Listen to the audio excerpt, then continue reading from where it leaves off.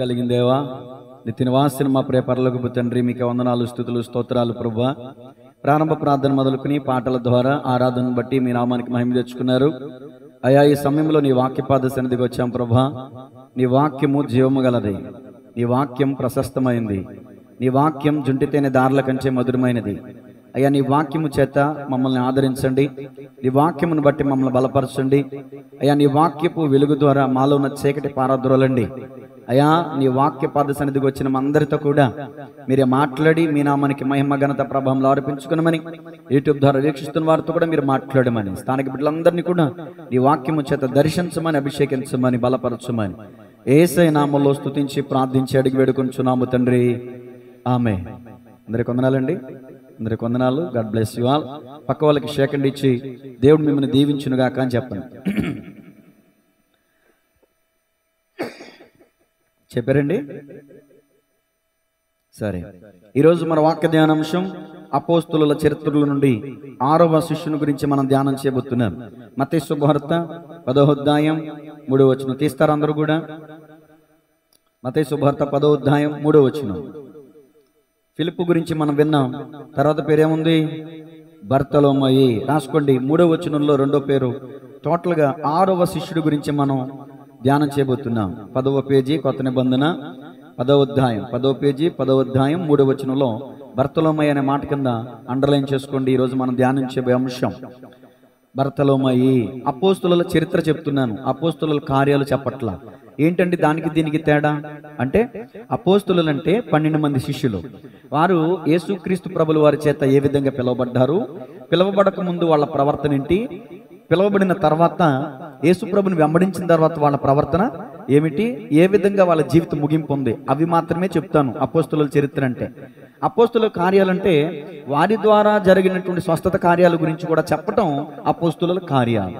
నేను చెప్పేది అపోస్తుల చరిత్ర, అపోస్తుల కార్యములు కాదు. అలాగే అపోస్తుల గురించి మనం ధ్యానం చేస్తూ ఆ వాక్య భాగాన్ని మన జీవితాలకు అన్వయించుకోవాలి. ఇప్పుడు పిలువబడినటువంటి శిష్యులు ఏ స్థితిలో ఉన్నారు, పిలువబడిన తర్వాత ఎలా మార్పు చెందారు, మనం కూడా పిలువబడక ముందు లోకంలో ఉన్నప్పుడు ఎలా ఉన్నాం, ప్రభు దగ్గరకు వచ్చిన తర్వాత మనం ఎలా ఉన్నాం, ఈ విషయాలను కూడా మనం ఈ యొక్క వాక్య భాగాన్ని మన జీవితాలకు అన్వయించుకోవాల్సినటువంటి వారమై ఉన్నాం. మత్తయి శుభవార్త 10వ అధ్యాయం 3వ వచనం మూలవాక్యం. 10వ అధ్యాయం 3వ వచనం బర్తలోమయి. ఈ బర్తలోమయి అనే పేరు 3 రిఫరెన్స్లో ఉంది. రాసుకొని చెప్తాను గబగబా.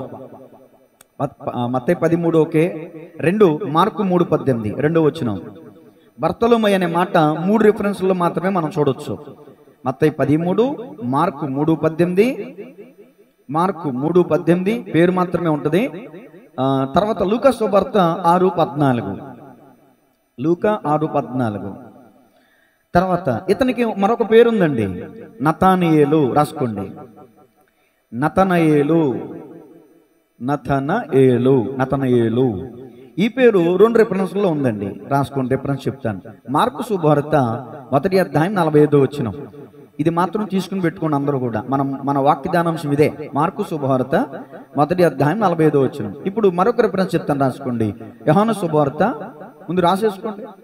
యోహాను శుభవార్త 21:2, యోహాను శుభవార్త 21:2. అంతే, 2 రిఫరెన్స్లో.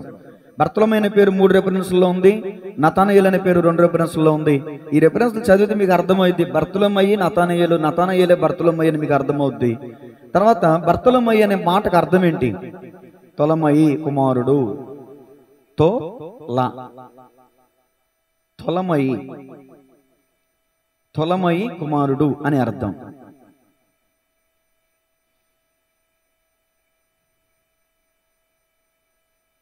అందరూ రాసుకున్నారు కానీ కేతినేడి నాగేశ్వరరావు గారి మనవరాలు చిన్న కుమార్తె మాత్రం నతానయేలు బొమ్మ వేస్తుంది.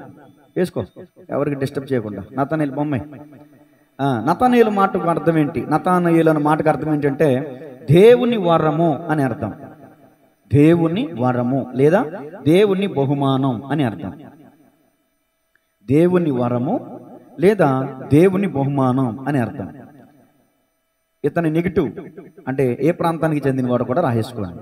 పాలస్తీనా దేశంలోని గలిలయ రాష్ట్రానికి చెందిన, పాలస్తీనా దేశంలోని గలిలయ రాష్ట్రానికి చెందిన కానా అనే ఊరికి చెందినవాడు. పేతురు, యాకోబు, యోహాను, అంద్రే వీళ్ళందరూ చెప్పాను కదా, వేరే ఊరు, వాళ్ళందరూ ఒకటే ఊరు, బెత్సయిదా ప్రాంతానికి చెందిన వాళ్ళందరూ కూడా.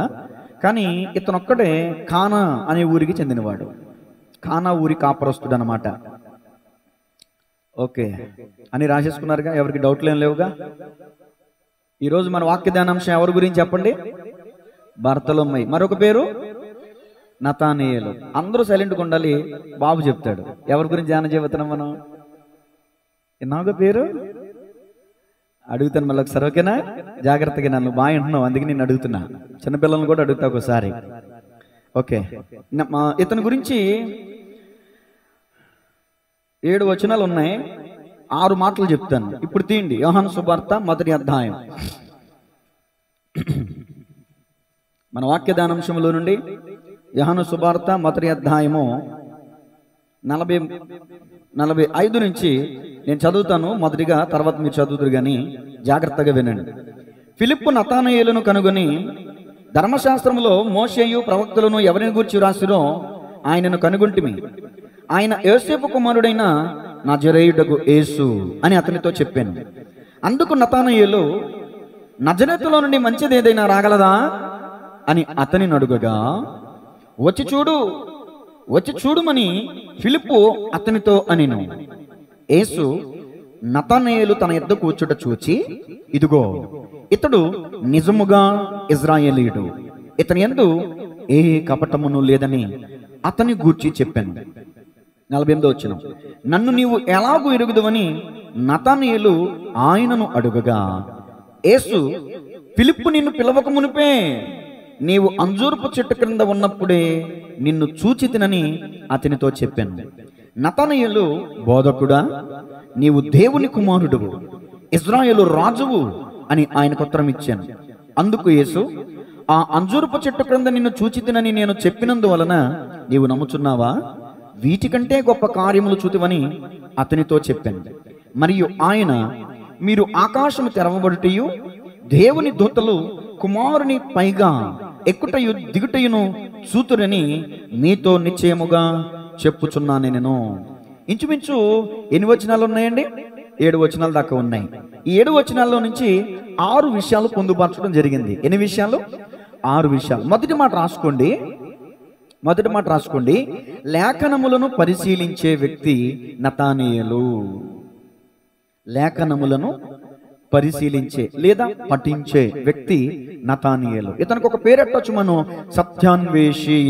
చెప్పండి, సత్యాన్వేషి. ఎలా చెప్పగలం? మరలా చదువుతున్న 45వ వచనం. ఇప్పుడు చదివిన తర్వాత నుంచి నేను ఎక్స్ప్లెయిన్ చేస్తాను. ఫిలిప్పు నతానయేలును కనుగొని, 45వ వచనం చూడండి అందరూ కూడా, ధర్మశాస్త్రంలో మోషేయు ప్రవక్తలను ఎవరిని గూర్చి రాసిరో ఆయనను కనుగొంటిమి.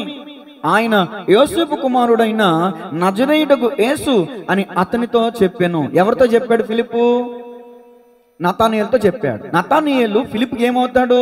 స్నేహితుడని చరిత్ర చెప్తుంది. వీళ్ళిద్దరూ స్నేహితులు. ఫిలిప్పు గురించి గత వారం చెప్పాను. మీ నాన్నగారు ఏదో అడుగుతున్నారు చూడండి. సరే, దేవుని స్తోత్రం చెప్పండి గట్టిగా. సరే, నా వైపు చూడండి అందరూ కూడా. మొట్టమొదటి మాట, లేఖనములను పరిశీలించే వ్యక్తి నతానయేలు, సత్యాన్వేషి. ఎవరండి ఈ నతానయేలు అంటే? ఫిలిప్పు నతానయేలు ఇద్దరు స్నేహితులండి. చెప్పండి అందరూ కూడా, స్నేహితులు. ఫిలిప్పు గురించి గత వారం చెప్పాను ఆల్రెడీ నేను. ఫిలిప్పును యేసు ప్రభువుల వారు కనుగొన్నారు ముందు. తర్వాత ఫిలిప్పు యేసయ్యను కనుగొన్నాడు. యేసయ్యను కనుగొన్నాను అని ఎలా చెప్పగలుగుతున్నాడు? అతను నతానయేలుతో చెప్పిన మాటను బట్టి గత వారం నేను చెప్పాను, నతానయేలు లేఖనములను పరిశీలించేవాడు అని. దాన్ని బట్టి మనం కూడా ఏం ధ్యానం చేసాం? మనం కూడా ప్రతిరోజు వాక్యం చదవాలి, వాక్యాన్ని ధ్యానించాలనే సంగతి కూడా మనం నేర్చుకున్నాం. ఇప్పుడు స్నేహితులు ఇద్దరు డిస్కషన్ చేసుకుంటున్నారు. వీళ్ళిద్దరి మాటలో ఈ సంభాషణ ఉంది. ఏంటా సంభాషణ? మోషేయు ప్రవక్తలు ధర్మశాస్త్రములో వేటిని గురించి అయితే వ్రాసారో, ఎవరిని గురించి అయితే వ్రాసారో ఆయనను గురించిన సంభాషణ వీళ్ళిద్దరూ మాట్లాడుకుంటున్నారంటే, ఆల్రెడీ వీళ్ళిద్దరూ పరిశీలించేవారు, కూర్చుని సంభాషించుకునేవారు, ఒకరినొకరు మాట్లాడుకునేవారు. ఈ సంభాషణ బట్టి లోతుగా మనం అర్థం చేసుకుంటే మనకు అర్థమయ్యేటటువంటి సత్యం అది. వీళ్ళిద్దరూ కూడా స్నేహితులు, వీళ్ళిద్దరూ కూడా సత్యాన్వేషులు, వీళ్ళిద్దరూ కూడా ధర్మశాస్త్రం చెప్తున్నటువంటి మెస్సయ్య కోసం ఎదురు చూసేటటువంటి వారు. నిజమే, నతానీయులు అనే మాటకి దేవుని వరం లేదా దేవుని బహుమానం. నిజంగా అతని పట్ల దేవుని వరం ఏంటంటే నతానీయుల గురించి దేవుడు అద్భుతమైన సాక్ష్యాన్ని చెప్పారండి. నతానీయులు ఎలాంటి వ్యక్తి అంటే నెంబర్ 1 రాసుకున్నారు కదా, లేఖనములను పఠించే వ్యక్తి, లేఖనములను పరిశీలించే వ్యక్తి, సత్యాన్వేషి. ఆ కాలంలో శాస్త్రులు, పరిసయ్యులు ఏమండి వీళ్ళు ఉన్నారు, కానీ వీళ్ళందరూ బోధించేవారే కానీ పరిశీలించేవారు కాదు. చెప్పండి, బోధించేవారే కానీ పరిశీలించేవారు కాదు. బోధించేవారే కానీ తమకు తాము బోధించుకునే వాళ్ళు కాదు. కానీ ఫిలిప్పుకి, నతానీయులకి, శాస్త్రులకి, పరిశీలికి ఉన్న తేడా ఏంటంటే వీళ్ళు ఈ వేషధారులైనటువంటి శాస్త్రులు, పరిశీలు ఏం చేస్తూ ఉండేవాళ్ళు అంటే అగ్రస్థానాలను కోరుకునేవాళ్ళంట. అగ్రస్థానాలని కోరుకునేవాళ్ళంట. వీళ్ళు ఎప్పుడు కూడా ఇతరుల మీద భారాలు మోపడానికే చూస్తారు, కానీ వాళ్ళు బరువులు మోయడానికి చూడరంట. దాన్ని ఏమంటారో తర్వాత చెప్తాను. వీళ్ళు శాస్త్రుల వంటి వారు కాదు. వీళ్ళిద్దరు కూడా శాస్త్రులలాగా ఆధ్యాత్మికమైన సోమరిపోతులు కాదు. ఆధ్యాత్మికమైన సోమరిపోతులు కాదు. వాక్యం చెప్తుంది, ఇతరులకి వ్యభిచరించవద్దని చెప్పే నీవు వ్యభిచరించదవా? ఇతరులకి దొంగిలించవద్దని చెప్పే నీవు దొంగిలించదవా? అంటే ఈ శాస్త్రులు, పరిశీలు ఎదుటి వాళ్ళకి చెప్తారు, కానీ తమకు మాత్రం తాము బోధించుకునే వాళ్ళు కాదు. అసలు మెస్సయ్య రాకడ కోసం ఎదురు చూసేవాళ్ళు కాదు. ఆ పండగ బ్యాచ్ అన్నమాట. వీళ్ళు కాలం గడుపుకునే వాళ్ళు. ఏంటండి వీళ్ళు ఆ టైంకి, ఆ రోజుకి కాలం గడుపుకునే వాళ్ళు మాత్రమే. కానీ ఫిలిప్పు, నతానీయులు అలా లేరు. ఫిలిప్పు, నతానీయులు లేఖనాలలో చెప్పబడిన యేసయ్య కోసం ఎదురు చూసేటటువంటి వాళ్ళు. లేఖనమే చెప్తుంది కదా, వెదుకుడి వెదుకుడి. చాలా మంది వెతకమంటే ధన బంగారాలు వెతుకుతున్నారు, ఈ లోకంలో ఆస్తిపాస్తులు వెతుకుతున్నారు. ఎవరిని వెతకాలంటే సర్వ సృష్టికర్త అయిన, సర్వలోక జగద్రక్షకుడైన, మనల్ని నిత్యరాజ్యంలోనికి చేర్చే ఆయనను వెతకాలి. వెతకమంటే ఈ భూ సంబంధమైన వాటిని. అందుకని పొరబడుతున్నారు కాబట్టి కొలసీ పత్రిక 3:1 పౌలు గారు చెప్పారు, కొలసీ సంఘానికి, నేడు మన సంఘానికి, భూ సంబంధమైన వాటిని కాదు, పరలోక సంబంధమైన వాటినే. ఏంటి పరలోక సంబంధమైంది? పరలోక సంబంధి అయిన వాడు యేసుక్రీస్తు ప్రభుల వారు. గట్టిగా చప్పర్లు కొడుతూ దేవుని మహింపద్దాం. ఈ రోజున మన వెతుకులాట దేని మీద ఉందో ఆలోచించేయండి. ఫిలిప్పు, నతానీయులు అనేటటువంటి వారు వెతుకుతున్నారు, లేఖనములను పరిశీలించి వెతుకుతున్నారు. వారు యేసు ప్రభుల వారిని కనుగొనగలిగారు, యేసు ప్రభుల వారిని చూడగలిగారు, యేసు ప్రభుల వారితో మాట్లాడగలిగారు, యేసు ప్రభుల వారితో కలిసి జీవించగలిగారు, యేసు ప్రభుల వారితో కలిసి నడిచి వారి జీవితాన్ని కొనసాగించగలిగారు. యేసు ప్రభుల వారికి తమ జీవితాలను అప్పగించుకున్నారు. యేసు ప్రభుల వారి కోసం తమ ప్రాణాలను సైతం పెట్టేశారు. కారణం ఏంటో తెలుసా? యేసు ప్రభుని వారు వెతికారు. ఈ రోజున క్రైస్తవులు అనబడిన వారు కూడా ఎవరిని వెతకాలి? యేసయ్యని వెతకాలి. ఎవరిని వెంబడించాలి? యేసయ్యని వెంబడించాలి. కానీ ఈ రోజున చాలా మంది క్రైస్తవులు ఎవరిని వెతుకుతున్నారంటే సేవకుల్ని వెతుకుతున్నారు, సేవకుల్ని వెంబడిస్తున్నారు. ఇది చాలా భయంకరమైనటువంటి అపరాధం అండి. దేవుడు సెలవిచ్చిన మాట ఏంటంటే, నా మహిమను వేరొకరికి నేను ఇచ్చేవాడను, కానీ మనిషే, దేవుడు దేవుడే. ఎక్కడ కూడా ఏ సేవకుడు కూడా మహిమ పొందడానికి వీలు లేదు. ఒకవేళ నేను మహిమపరచబడుతున్నాను అనుకోండి, ఒక్క దెబ్బలో దేవుడిని తీసి అవతడేస్తాడు. దేవునికి చెందవలసిన మహిమ విగ్రహములకి కాదు, ఏ మానవునికి కూడా చెందడానికి వీల్లేదు. శాస్త్రులు, పరిచయులు మనుషులకు ఇంపార్టెంట్ ఇచ్చేవాళ్ళు, శాస్త్రులు, పరిచయులు ఆచారాలకు ప్రాముఖ్యత ఇచ్చేవాళ్ళు, శాస్త్రులు, పరిచయులు దినానికి ప్రాముఖ్యత ఇచ్చేవాళ్ళు. అంటే నేటి కాలంలో ఉన్న మన దేశంలో ఉన్న అన్యులకి ఏమండి, వాళ్ళకి పెద్ద తేడా ఏమీ లేదు. సెంటిమెంట్స్ అన్నమాట. విశ్రాంతి దినంలో ఏ పని చేయకూడదు, గాడిద గుంటలో బండి కూడా లేపకూడదా అంటే అంత భయంకరమైనటువంటి ఆచార సంబంధమైనటువంటి వ్యక్తులు శాస్త్రులు, పరిచయులు. దేవుడిని వెతికే వాళ్ళు కాదు. అందుకనే దేవుడు నశించిన దానిని వెతికి రక్షించడానికి యేసుక్రీస్తు ప్రభువులు ఈ లోకానికి వచ్చారు అని వాక్యం చెప్తుంది. మనం వెతకట్లేదని, దేవుడే మనల్ని వెతుక్కుంటూ వచ్చాడు మనల్ని రక్షించడానికి. చూడండి, లూకా సువార్త 24వ అధ్యాయం 27వ వచనం. లూకా సువార్త 24వ అధ్యాయం 27వ వచనం. మోషేయు సమస్త ప్రవక్తులను మొదలుకొని లేఖనములన్నిటిలో తన్ను గూర్చిన వచనముల భావము వారికి ఇప్పుడు చెప్పండి, తన్ను గూర్చిన వచనముల భావం. లేఖనాలు, ధర్మశాస్త్రం ఎవరి గురించి చెప్పబడింది చెప్పండి? తన్నును గురించి. అంటే ఎవరు తనను? తనంటే ఎవరు?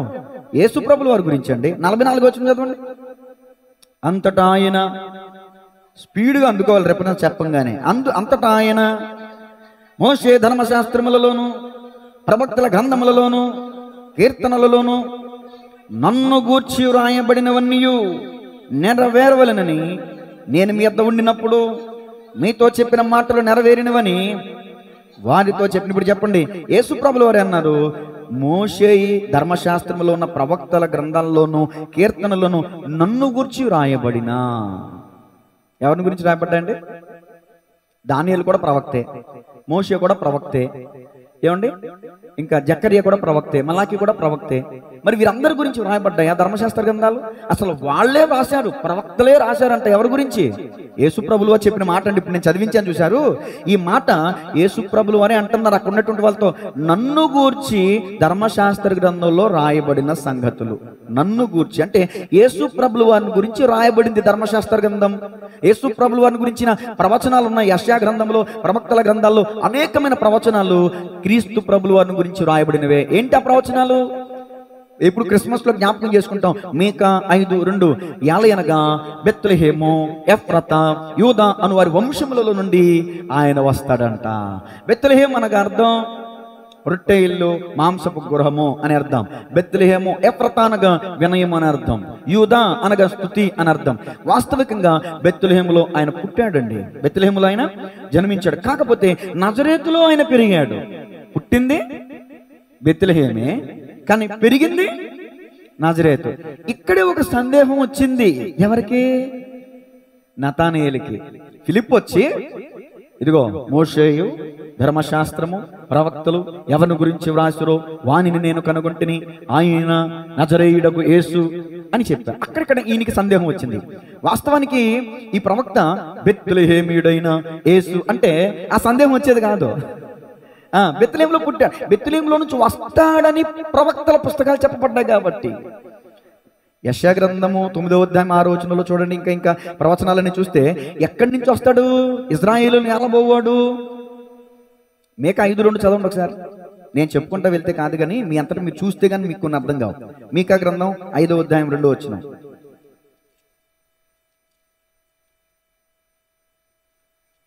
మీకా 5:2 నేను చదువుతాను చూడండి అనుకోండి. బెత్లెహేము, ఎఫ్రతా, యూదా వారి కుటుంబములలో నీవు స్వల్ప గ్రామమైనను నా కొరకు ఇశ్రాయేలీయులను ఏలబోవాడు నీలో నుండి వచ్చును. నీలో నుండి వచ్చును. ఎక్కడి నుంచి వస్తారంట? ఇశ్రాయేలీయులను ఏలబోవాడు, రాజులకు రాజు, ప్రభులకు ప్రభు బెత్లెహేములో నుంచి వస్తాడని ప్రవక్తల పుస్తకాలు చెప్పినాయి. ప్రవక్తలు రాశారు, అలా రాశారు ప్రవక్తలు. కానీ ఫిలిప్పు నతానీయులతో చెప్తున్నాడు ఏమని? నజరేయు వాడైనా. అక్కడ వచ్చింది సందేహం కొంచెం నతానీయులకి. ఇదేంటి ప్రవక్తల పుస్తకాలు ఏమని చెప్పినాయి? బెత్లెహేములో నుంచి కదా రావాల్సింది. బెత్లెహేములో నుంచి రాజులు వచ్చారు కదా. దావీదు మహారాజు కూడా మరి బెత్లెహేము వాసి కదా. బెత్లెహేము నుంచి రావాలి కదా రాజు అనే వ్యక్తి. నజరేత్ అనే ప్రాంతం ఎలాంటిది? నిష్ప్రయోజనమైనది. నజరేత్ అనేది ఎలాంటిదండి? ఒకప్పుడు నిష్ప్రయోజనమైనది. కానీ యేసు ప్రభులు వారు నజరేతులో పెరిగిన తర్వాత ప్రయోజనకరమైంది.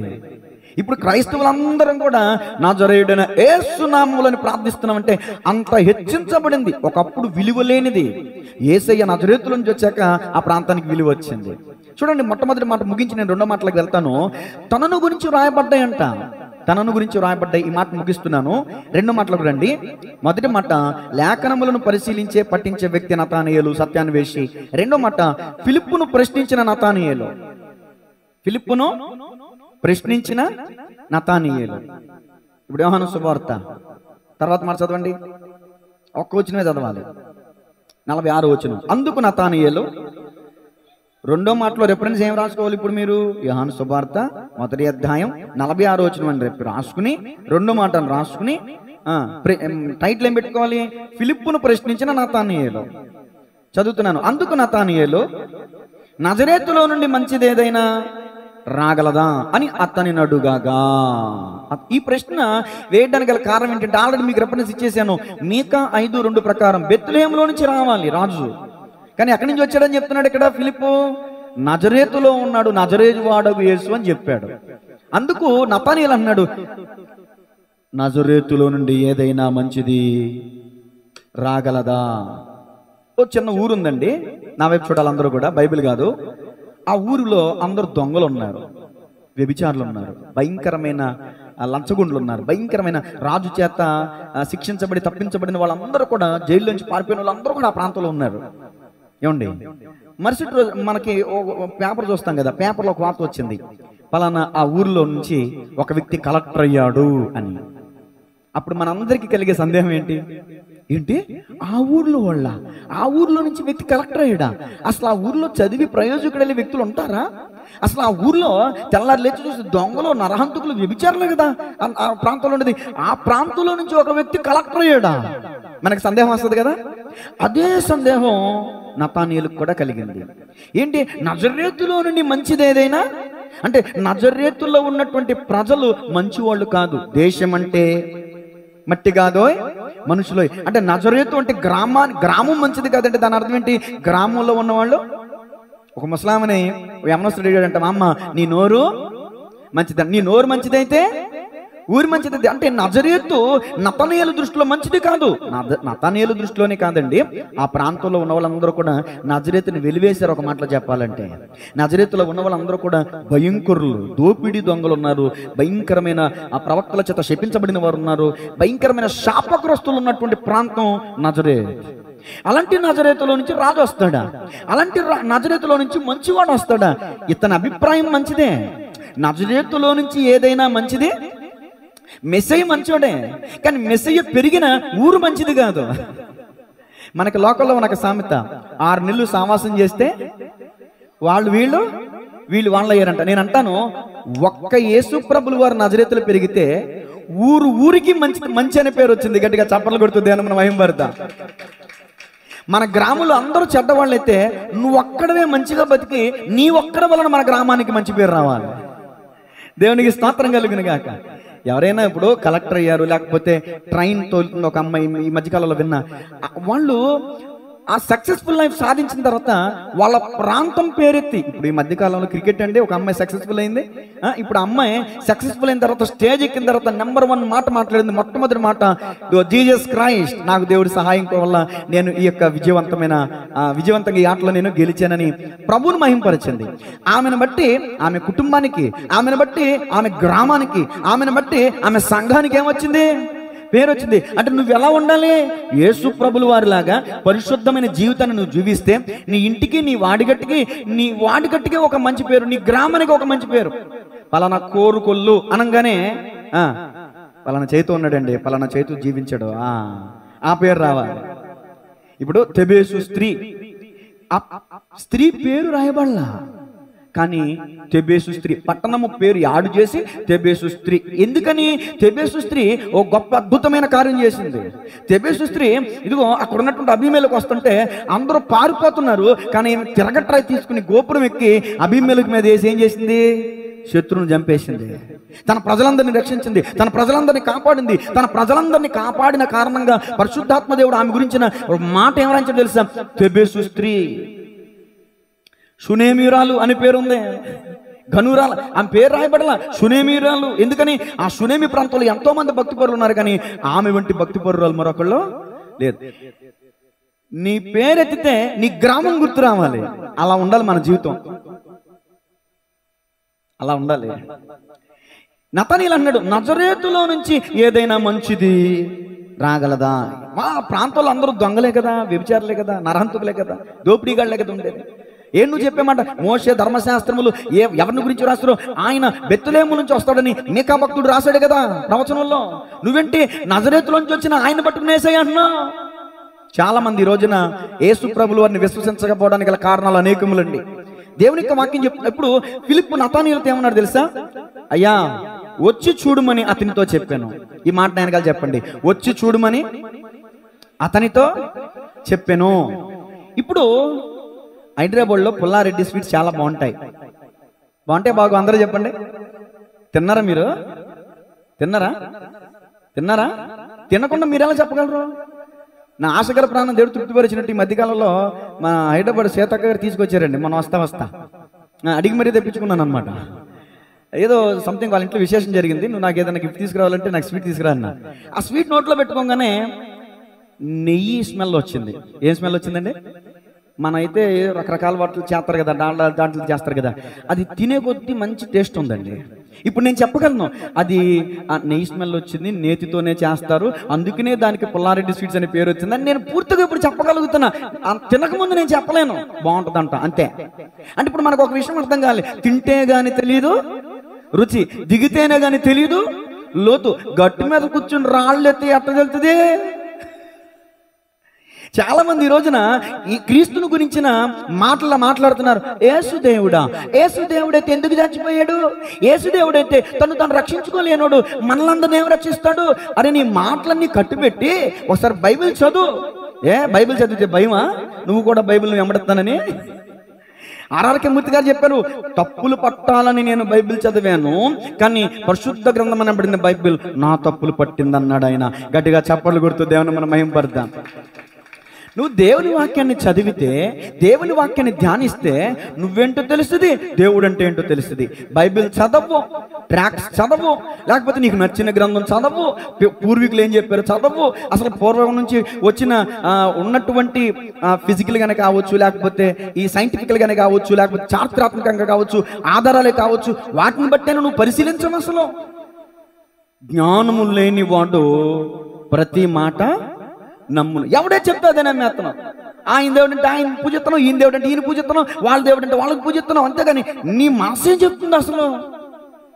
ఫిలిప్ అన్నాడు, వచ్చి చూడు. నతనీయులు వెంటనే ఆ మాటకు విధేయత చూపించి వెళ్ళాడు. అక్కడ కూర్చుని, నేను రాను, బెత్లెహేములో పుడితేనే, బెత్లెహేములో పెరిగితేనే, బెత్లెహేము వాసుడైతేనే నేను రాజుగా నమ్ముతా అని అన్నాడండి నతనీయులు. పిచ్చిగా వాదించల. సత్యాన్వేష అనేవాడు తన యొద్దకు ఏ సందర్భం వచ్చినా దాన్ని పరిశీలించి నిర్ధారణ చేసుకుంటాడు. ఎవరే చెప్తే అది నమ్మేవాడు సత్యాన్వేషి కాదో. దేవుని స్తోత్రం చెప్పండి గట్టిగా. చూడండి కీర్తన 34:18 ఏం చెప్తుంది వాక్యం? కీర్తన 34:18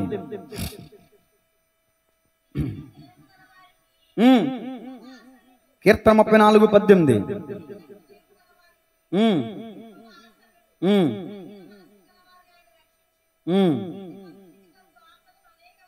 అదేనా మీరు చదివేది?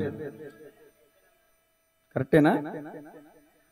8వ వచనం చదవాలి. అప్పుడు నేను ఏదైనా ఒక అంకె వేసుకోవడం మర్చిపోయి ఉంటానని మీరు వెంటనే, యెహోవా ఉత్తముడని రుచి చూచి తెలుసుకొనుడి, ఆయనను ఆశ్రయించు నరుడు ధన్యుడు. రుచి చూచి తెలుసుకో, హృదయాన చేర్చుకో, ఎంతో ఉత్తముడైన యేసుదేవుని. రుచి చూచి తెలుసుకో, హృదయాన చేర్చుకో, ఎంతో ఉత్తముడైన, చప్పట్లో, యేసుదేవుని. వేద పురుషుడు, దేవతనయుడు, రక్షించగల సమర్థుడు. పాడదాం. ఆహా వేదతనయుడు, దేవతనయుడు, రక్షించగల సమర్థుడు. రుచి చూచి తెలుసుకో, హృదయాన చేర్చుకో, ఎంతో ఉత్తముడైన యేసుదేవుని. రుచి చూచి తెలుసుకో, హృదయాన చేర్చుకో, ఎంతో ఉత్తముడైన యేసుదేవుని. హల్లెలూయా. గత వారం చెప్పాను, మళ్ళీ చెప్పక్కర్లా. తల్లిదండ్రులు చెప్పారని కాదు నమ్ముకోవటం, నీ ఎంతటి నువ్వు రుచి చూచి తెలుసుకోవాలి. నిజముగా ఈయన లోకరక్షకుడు అని మనం రుచి చూచి తెలుసుకోవాలంట. హెబ్రీ పత్రిక 11:6 చెప్తుంది, విశ్వాసము లేకుండా దేవునికి ఇష్టడై ఉండుట అసాధ్యం. ఆయన వద్దకు వచ్చేవారు ఎలా రావాలి? ఆయన ఉన్నాడనియో, ఆయనను వెతుకు వారికి ఫలము దయచేవాడనియో విశ్వాసం ఉండాలి. ప్రభు యొద్దకు వచ్చిన వారు, ప్రభుని గమనించడానికి వచ్చిన వారు ఆయన యందు విశ్వాసం అనేది ఉంచాలి. ఒకవేళ వచ్చావు విశ్వాసం లేకపోతే నువ్వు నేను కనుగొనలేం. ఆయనను ఆశ్రయించు నరుడు. ఎవరు ఆయనను ఆశ్రయిస్తారు? కిందే ఉంది ఆన్సరం. ఎవరు రుచి చూచి తెలుసుకుంటారంటే కిందే ఉంది ఆన్సరం. ఆయనను ఆశ్రయించు నరుడు. ఎవరు ఆశ్రయిస్తారు ఆయన్ని? ఆయనను విశ్వసించిన వారే ఆశ్రయిస్తారు. ఆయనను ఆశ్రయించిన నరుడు ధన్యుడు. మత్తయి సువార్త 9:27 వచనం. మత్తయి సువార్త 9వ అధ్యాయం 27వ వచనం. మీ అందరికీ చక్కగా ఫ్యాన్లు ఉన్నాయండి. కానీ నాకు ఫ్యాన్లు చెమటలు బాగా పట్టేస్తున్నాయి. చదవండి.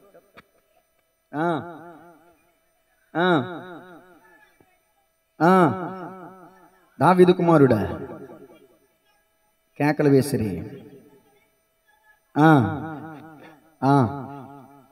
వచ్చిరి. యేసు నేను ఇది చేయగలనని మీరు నమ్ముచున్నారా అని వారిని అడుగగా వారు నమ్ముచున్నాం ప్రభువా అని ఆయనతో చెప్పిరి.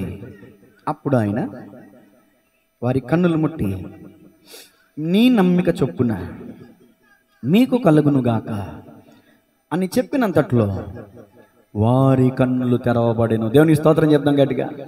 ఈ రోజున వాళ్ళు బాహ్య సంబంధమైన కన్నులే తెరవబడ్డాయి. లోకాన్ని చూడగలిగారు, సృష్టికర్తను చూడగలిగారు. అయితే మనం ఆత్మనేత్రాలు తెరవబడవలసినటువంటి వారమై ఉన్నాం. బాహ్య సంబంధంగా మనం గుడ్డోళ్ళమైనా పర్లేదు, శారీరకంగా మనం అవుటు వాళ్ళమైనా పర్లేదు, మన మనసు అవుతుంది అవ్వకూడదు. మన ఆత్మనేత్రాలు గుడ్డివి. 2 కొరింథీ 4:4 ఏం చెప్తున్నారు? ఇదిగో సువార్త ప్రకాశమానము వారిపై ప్రకాశింపకుండానట్లు అవిశ్వాసులైన వారి మనోనేత్రాలకు యుగ సంబంధమైన దేవత గుడ్డితనము. చాలా మంది వాక్యాన్ని వింటున్నారు, సువార్తలో ఉన్న ప్రకాశం వాళ్ళకి ప్రకాశించట్లేదంట. కారణం ఏంటి తెలుసా? గుడ్డోళ్ళు కాబట్టి దేవుణ్ణి చూడలేకపోతున్నారు. సరే, లోకంలో ఉన్న వాళ్ళ గురించి నేను మాట్లాడట్లేదు సుమా, లోకంలో ఉన్న వాళ్ళ గురించి నేను మాట్లాడట్లేదు. క్రైస్తవులై ఉండి, క్రైస్తవ బోధకులై ఉండి యేసు దేవుడు కాదనే సేవకులు ఈ రోజున లేపబడుతున్నారు. BOUI అనే మినిస్ట్రీ ద్వారా ఈ రోజున యేసు ఒక ప్రవక్త, యేసు ఒక పంపబడిన వాడు, యేసు ఒక సృష్టింపబడిన వాడు అని మాత్రమే చెప్తూ ఆయనను ఆరాధించకూడదని చెప్తున్నారు మన క్రైస్తవులే. నేను అంటాను, వాళ్ళ కళ్ళు అవిశ్వాసులు. వాళ్ళు అవిశ్వాసులైన వారి మనోనేత్రాలకు ఏం చేసేటంటే సాతాను గుడ్డితనం కలుగు చేయడం వల్ల. ఇప్పుడు జీసస్ క్రైస్ట్, ఇప్పుడు క్రిస్టియన్స్ ఆరాధించే వాళ్ళు ఎవరంటే జీసస్ క్రైస్ట్ అని చెప్తాం కదండి మనందరం. ఆ మాట రాకుండా చూడాలని చూస్తున్నారు చాలా మంది. ఆయన దేవుడని వాక్యం ఘోషిస్తూ ఉంటే వాక్యం ఎక్కడెక్కడ వాళ్ళకి నేను అంటాను, వాళ్ళ పేరు ఎత్తడానికి కూడా నేను ఎగ్గును కాదండి. వాళ్ళంతా సీనియర్ మోస్ట్ దైవజనులు, బైబిల్ పండితులు, బైబిల్ కళాశాలలు బట్టి చిన్న చిన్న పిల్లలకు కూడా బైబిల్ నేర్పించేటటువంటి ఉపాధ్యాయులు, చక్కని బైబిల్ పండితులు. వాళ్ళ పేరు ఎత్తడానికి కూడా నేను సరిపోనండి. PD సుందరరావు గారు అంటే ఒకప్పుడు చక్కని మీటింగ్లు ఏర్పాటు చేసేవాళ్ళు. నేను ఇలా బహిరంగంగా చెప్పకూడదు, నన్ను క్షమించాలి. కానీ ఈ రోజున ఆ సంస్థ వాళ్ళు బోధిస్తున్నారు ఏంటంటే యేసు దేవుడు కాదంటున్నారు. ఎలా ఒప్పుకోగలుగుతాం మనం చెప్పండి? దేవుని వాక్యం ఏం చెప్తుంది? రుచి చూచి తెలుసుకోవాలి కదా. నేను అంటాను, ఈ గుడ్డోళ్ళకులాగా మన తోటి సహోదరులే కావచ్చు, మన అందులైన సహోదరుల కళ్ళు మూసుకుపోయినాయి. అందుకని యేసులో ఉన్న దైవత్వాన్ని, యేసులో ఉన్న ఆ మహిమను వాళ్ళు చూడలేకపోతున్నారు, వాళ్ళు గమనించలేకపోతున్నారు. ఇప్పుడు క్రైస్తవ ప్రపంచంలో అనేక మంది భ్రష్టులైనటువంటి అవిశ్వాసులు ఉన్నారు. వాళ్ళ కళ్ళు గుడ్డివైపోయినాయి. మనం గుడ్డివారు కాక ఇందుముగాక, మన కన్నులు తెరవబడునుగాక, మనం జీవము కలిగిన దేవుడైన యేసును ఆరాధించుదుముగాక. హల్లెలూయా. సరే, మంచిది. 3వ మాట చూడండి. 1 లేఖనములు పరిశీలించే వ్యక్తి నతానియేలు, 2 ఫిలిప్పును ప్రశ్నించిన నతానియేలు, 3 కపటము లేని, రాసుకోండి, నిజమైన ఇజ్రాయేలీయుడు నతానియేలు. 3వ మాట. ఇప్పుడు 47వ వచనం చదవాలి. మార్కు శుభవార్త, క్షమించాలి, యోహాను శుభవార్త 1వ అధ్యాయం 47వ వచనం. ఈ పేజీ ముయ్యొద్దండి, అందరూ 88 పేజీ తీసుకుని పెట్టుకోండి. యేసు నతానియేలు తన యొద్దకు వచ్చుట చూచి, ఇదిగో ఇతడు నిజముగా ఇజ్రాయేలీయుడు, ఇతని యందు ఏ కపటమును లేదని అతని గురించి చెప్పాను. ఇప్పుడు ఆయన దేవుడా కాదా, రాజా కాదా అని పరిశీలన చేయడానికి నతానియేలు యేసు ప్రభు దగ్గరికి వచ్చాడండి. నమ్మేడం లేదని తర్వాత వచ్చిన వాళ్ళు కనపడుతుంది మనకి. నేను ట్రాఫిక్ డివైడ్ చేశాను అనుకోవద్దు, ఒక్కొక్క వచ్చినని వివరించుకుంటా వస్తున్నా. యేసు ప్రభులు ఇప్పుడు ఫిలిప్ ఏమన్నాడు? వచ్చి చూడుమని చెప్పాను. అప్పుడు వెంటనే నతానియేలు లేచి యేసు ప్రభు దగ్గరికి వస్తున్నాడు. ఇప్పుడు చూడండి, నేనే యేసు ప్రభును అనుకోండి, మీరే నతానియేలు అనుకోండి. ఇలా వస్తున్నటువంటి నతానియేలుని చూసి యేసు ప్రభుల వారు ఏమన్నారు తెలుసా? కపటము లేనివాడు, నిజముగా ఇతడు ఇజ్రాయేలీయుడు అని వస్తున్న వ్యక్తి వైపు చూసి యేసు ప్రభుల వారు అన్నారు, కపటము లేనివాడు, నిజముగా ఇజ్రాయేలీయుడు. అసలు అద్భుతం అండి, అసలు అద్భుతం ఈ మాట. ఇప్పుడు ఈ మాటను వివరించనివ్వండి. ప్రభువును వెతికే వాళ్ళు, ప్రభువును ఆరాధించే వాళ్ళు, ప్రభు బాటలో పయనిస్తున్న వాళ్ళు నతానియేల్లా ఉండాలి. నేను అంటున్న ప్రశ్న, నతానియేలును చూచి ప్రభు చెప్పిన మాట కపటము లేనివాడు నతానియేలు, నిజముగా ఇజ్రాయేలుడు నతానియేలు అని యేసు ప్రభులు వారు నతానీయుల గురించి చెప్పినట్టు ఈరోజు నీ గురించి నా గురించి ప్రభు ఈ మాట, ఈ సాక్ష్యం చెప్పగలడా? ప్రభువును ఆరాధిస్తున్న మనం కపటము లేని వారిగా, నిజమైన క్రైస్తవులుగా మనం ఉన్నామా? మనల్ని మనం పరిశీలించుకోవాల్సినటువంటి విషయం. ఎందుకంటే ఆనాడు ఇశ్రాయేలీలో కపటము కలిగిన వారు కూడా ఉన్నారు. అందుకని యేసు ప్రభులు అన్నారు, ఇతడైతే మాత్రం కపటం లేనివాడు. నేను ఇంతకుముందు చెప్పాను, శాస్త్రులు పరిచయులు అనేటువంటి వాళ్ళు ఉన్నారు చూసారా, వాళ్ళు ధర్మశాస్త్రోపదేశకులు, ధర్మశాస్త్రాన్ని ప్రకటించే వాళ్ళు, కానీ కపటులు. ఎవరండి వాళ్ళు? కపటులు. వాళ్ళు వేషధారులు. అందుకని వాళ్ళకి పేరు పెట్టాడు యేసు ప్రభులు వారు, వేషధారులు అని. ఆ ధర్మశాస్త్రోపదేశకులకి ప్రభు పెట్టిన పేరేంటండి? వేషధారులు అని. ఈ ఒక్క వచనంలో, ఈ 47వ వచనంలో 4 విషయాలు మనం ధ్యానించాలి. 1 కపటము లేనివాడు, 2 నిజముగా ఇశ్రాయేలీయుడు, 3 వేషధారణ లేనివాడు, 4 యథార్థవంతుడు. ఈ ఆఖరిలో 2 మాటలు నేను పెట్టాను. కపటం లేనుడు అంటే వేషధారణ లేనుడు అని అర్థం, నిజముగా ఇశ్రాయేలీయుడు అంటే అతడు యథార్థవంతుడు అని అర్థం. యేసు ప్రభులు వారు 2 పేర్లతో పిలిచారు, నేను 2 పేర్లతో పిలుస్తున్నా. యేసు ప్రభులు వారు ఏమని పిలిచారు? కపటము లేనివాడు, నిజముగా ఇశ్రాయేలీయుడు. నేనేమంటున్నానంటే అతడు కపటం లేనివాడు కాబట్టి అతనిలో వేషధారణ. ఏంటి కపటం? పైకి ఒకలాగా లోపల ఒకలాగా ఉండటమే కపటం. అంటే పైకి క్రైస్తవు ముసుగేసుకుని లోపట కపట వేషముతో, కపటముతో ఉంటారు చూసారా, అదే వేషధారణ. అందుకనే ఈ ఒక్క వచనంలో 4 మాటలు వివరిస్తాను. కపటము, నిజముగా ఇశ్రాయేలీయుడు, వేషధారణ, యథార్థత. 4 మాటలు వివరిస్తాను ఈ ఒక్క 3వ మాటలో. ముందు కపటం గురించి వాక్యం ఏం చెప్తుందో చూడండి. సమూయేలు గ్రంథం, 1 సమూయేలు గ్రంథం. లోతుగా వెళ్తుంది వాక్యం, అందరూ కూడా వాక్యంలో ఇన్వాల్వ్మెంట్ అవ్వాలి. 1 సమూయేలు గ్రంథం 12:24. 1 సమూయేలు 12:24. ఆయన మీ కొరకు ఎన్ని గొప్ప కార్యములు చేసినో అది మీరు తలంచుకొని, మీరు యెహోవా యందు భయభక్తులు కలిగి నిష్కపటులై పూర్ణ హృదయముతో ఆయనను సేవించుట ఆవశ్యకము. అంటే తప్పనిసరి. వాక్యం చెప్తుంది, రూఢిగా చెప్తుంది. మనందరము ఆనాడు ఇశ్రాయేలీయులతో సహా చేయవలసిన పని ఏంటో తెలుసా? మన కొరకు గొప్ప కార్యములు చేసిన ఆయన కార్యములను తలంచుకుని ఆయనను సేవించుట, ఆయన యందు భయభక్తులు కలిగి ఉంట, ఆయన పట్ల నిష్కపటులుగా ఉండుట తప్పనిసరి అని వాక్యం చెప్తుంది. అలనాడు ఇశ్రాయేలీయుల పక్షంగా దేవుడు ఎన్ని అద్భుతాలు చేశాడండి. ఎర్ర సముద్రం 2 పాయలుగా చేశాడు, ఆకాశం నుంచి మన్నను కురిపించాడు, బండ నుంచి నీటిని ప్రవహింపజేశాడు. అరణ్య మార్గంలో 40 సంవత్సరాలు వాళ్ళ వస్త్రం పాతదవలేదంట, వాళ్ళ చెప్పులు తెగిపోలేదంట. ఆశ్చర్యకరమైన రీతిలో ఇశ్రాయేలీయులకు దేవుడు సహాయం చేస్తే, ఇశ్రాయేలీయుల్లో కొందరు కపటతత్వం కలిగి ఉన్నారంట, కపట మనసు కలిగి ఉన్నారంటండి. వాక్యం చెప్తుంది. ఇప్పుడు ఈ వచనాన్ని మన జీవితానికి అన్వయించుకుంటే, ఈనాడు యేసు ప్రభులు వారు నీ కోసం చేసిన కార్యం ఏంటో చెప్పండి. ఒక కార్యం చెప్పండి. యేసు ప్రభులు వారు మీ కుటుంబంలో చేసిన ఒక కార్యం, మీ పట్ల చేసిన ఒక కార్యం చెప్పండి.